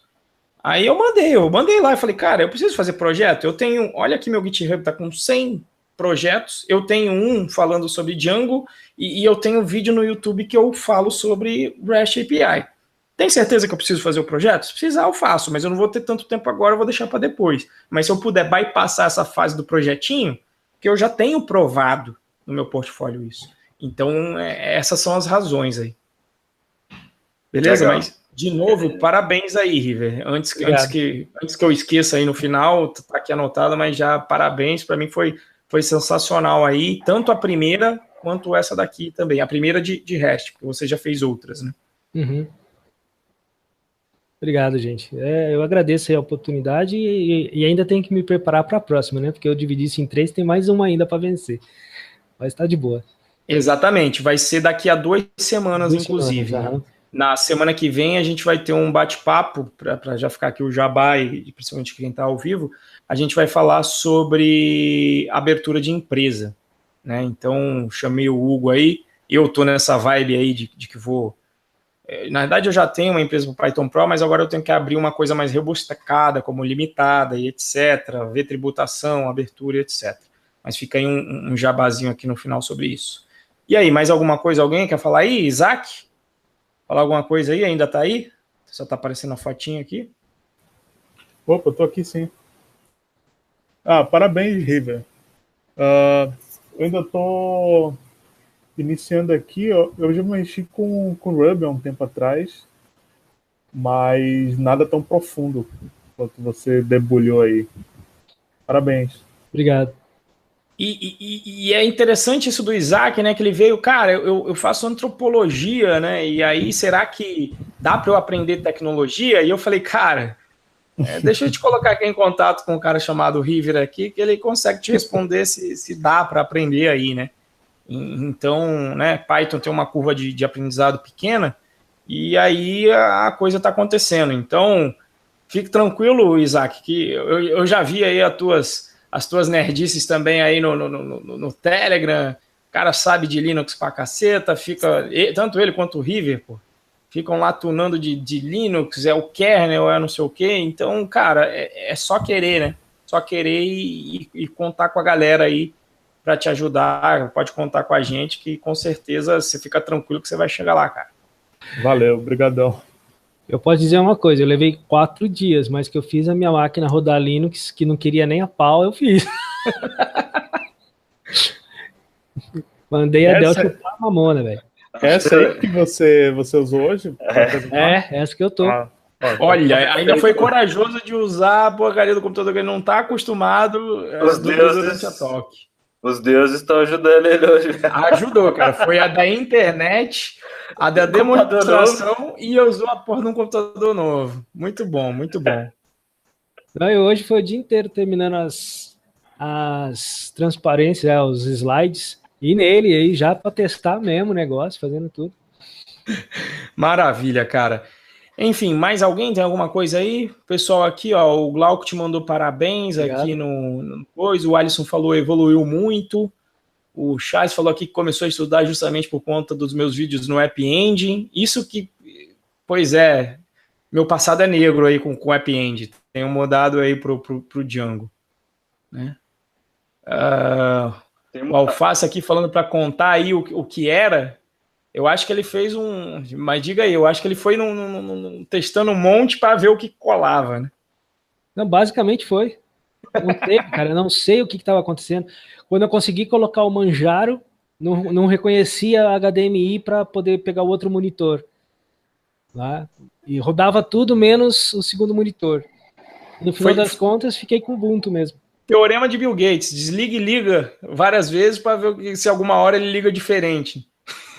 Não, cara, a única coisa que foi que eu meti eu comecei com o KDE Neon, que é baseado em Ubuntu, mas eu odeio KDE, velho, não sei, eu não consigo me adaptar com aquele negócio. E aí falaram, não, mas o KDE Neon é Ubuntu, né, velho, se tá funcionando com ele, vai funcionar com outros. Aí eu peguei o Ubuntu 18.4, soquei na máquina e tá rolando até agora, de boa, sem nenhum chororô. Maravilha. Enfim, estamos chegando aqui perto de quase 2 horas. Cara, quero te agradecer de novo aí pela disposição, pelo estudo, e te parabenizar aí pela excelente palestra, excelente talk aí mais uma vez. Não espero nunca menos de você aí, River. Pessoal aluno aí, espero que se anime vendo aí o River falar, vendo o Davi falar, se anime também de fazer umas talks. A gente já tem aí as 2 próximas semanas com agenda, mas querendo é só falar lá no grupo. E terminar aqui fazendo um jabazinho também aí, né, do curso, o River já fez no início. Então esse é mais ou menos o ambiente que a gente vive aí diariamente, em grupo do Telegram, em fórum, dentro do curso Python Pro. Se você estiver interessado aí em aprender Python, então o valor do curso é justamente querer te preparar para te colocar no mercado de trabalho. Então rolam várias discussões, acerca de mercado em si. Então veja que a gente vai falar de abertura de empresa na semana que vem, né? A turma não está aberta agora, fechou, acabaram as vagas de junho. O pessoal fica mandando quando é que vai abrir. Na realidade, eu tenho a impressão que talvez eu vá abrir uma lá para abrir durante a Python Brasil, que vai ser em outubro, para abrir de repente para ano que vem, ainda não sei, tá? Por quê? Porque depois que acaba a turma, eu tenho que ver o que eu vou ter que melhorar aqui no curso para poder abrir a próxima, tá certo? E se você gostou, se inscreva aí no canal também. Eu estou subindo aí várias talks que a gente já fez, né, offline. Eu tenho 40, acho que ainda está faltando umas 33 para colocar ao vivo. Então, se você gostou da talk, a gente está acostumando fazer também toda quarta-feira às 21 horas. Já tem marcado para as próximas 2 semanas. Então, se você se inscrever no canal, você é avisado. E se você for lá no site, no www.python.pro.br, se você se inscrever lá, tem um módulo gratuito que é o Python Birds, e esse pessoal que se inscreve nessa lista de e-mail também eu costumo avisar, colocar aqui o meu robozinho para mandar um e-mail para você com o link da próxima live. Em geral, um dia antes eu mando avisando qual vai ser o link, qual vai ser o tema. Beleza?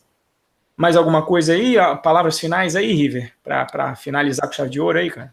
Claro, só agradecer a oportunidade de poder expor um pouco do que eu estou aprendendo e dizer que para quem veio por conta dos convites que eu fiz, que acabou caindo lá na lista da Python Brasil, né, agradecer a vinda de vocês aí e dizer que, pô, essa é a pegada e a gente está aprendendo pra caramba, né, e agradecer mais uma vez a oportunidade aí ao Renzo, que é show de bola a gente poder. É difícil a gente ter um lugar em que a gente possa, não sendo assim tão conhecido, poder expor as coisas que a gente vem aprendendo, né? Então, obrigado. E aí agradeço a galera que pôde estar junto aí ao vivo e agradecer também quem for ver depois, né? Porque mesmo que não pôde estar ao vivo, vai ter aí vai estar aqui no canal do Python Pro e de fato também vou disponibilizar no meu canal lá. E agora é me preparar para a próxima, não na semana que vem, na outra estou eu de novo, e aí fazendo a implementação disso daí com o Django REST Framework, mostrando quais as diferenças, o que ele tem, o que ele ajuda bastante quando estamos desenvolvendo aí uma API REST. Né? É isso aí, galera. Então se inscreva e aguarde as cenas dos próximos capítulos aí. Até mais, galera. Tenha uma boa noite aí para todo mundo. Valeu. Valeu. Falou.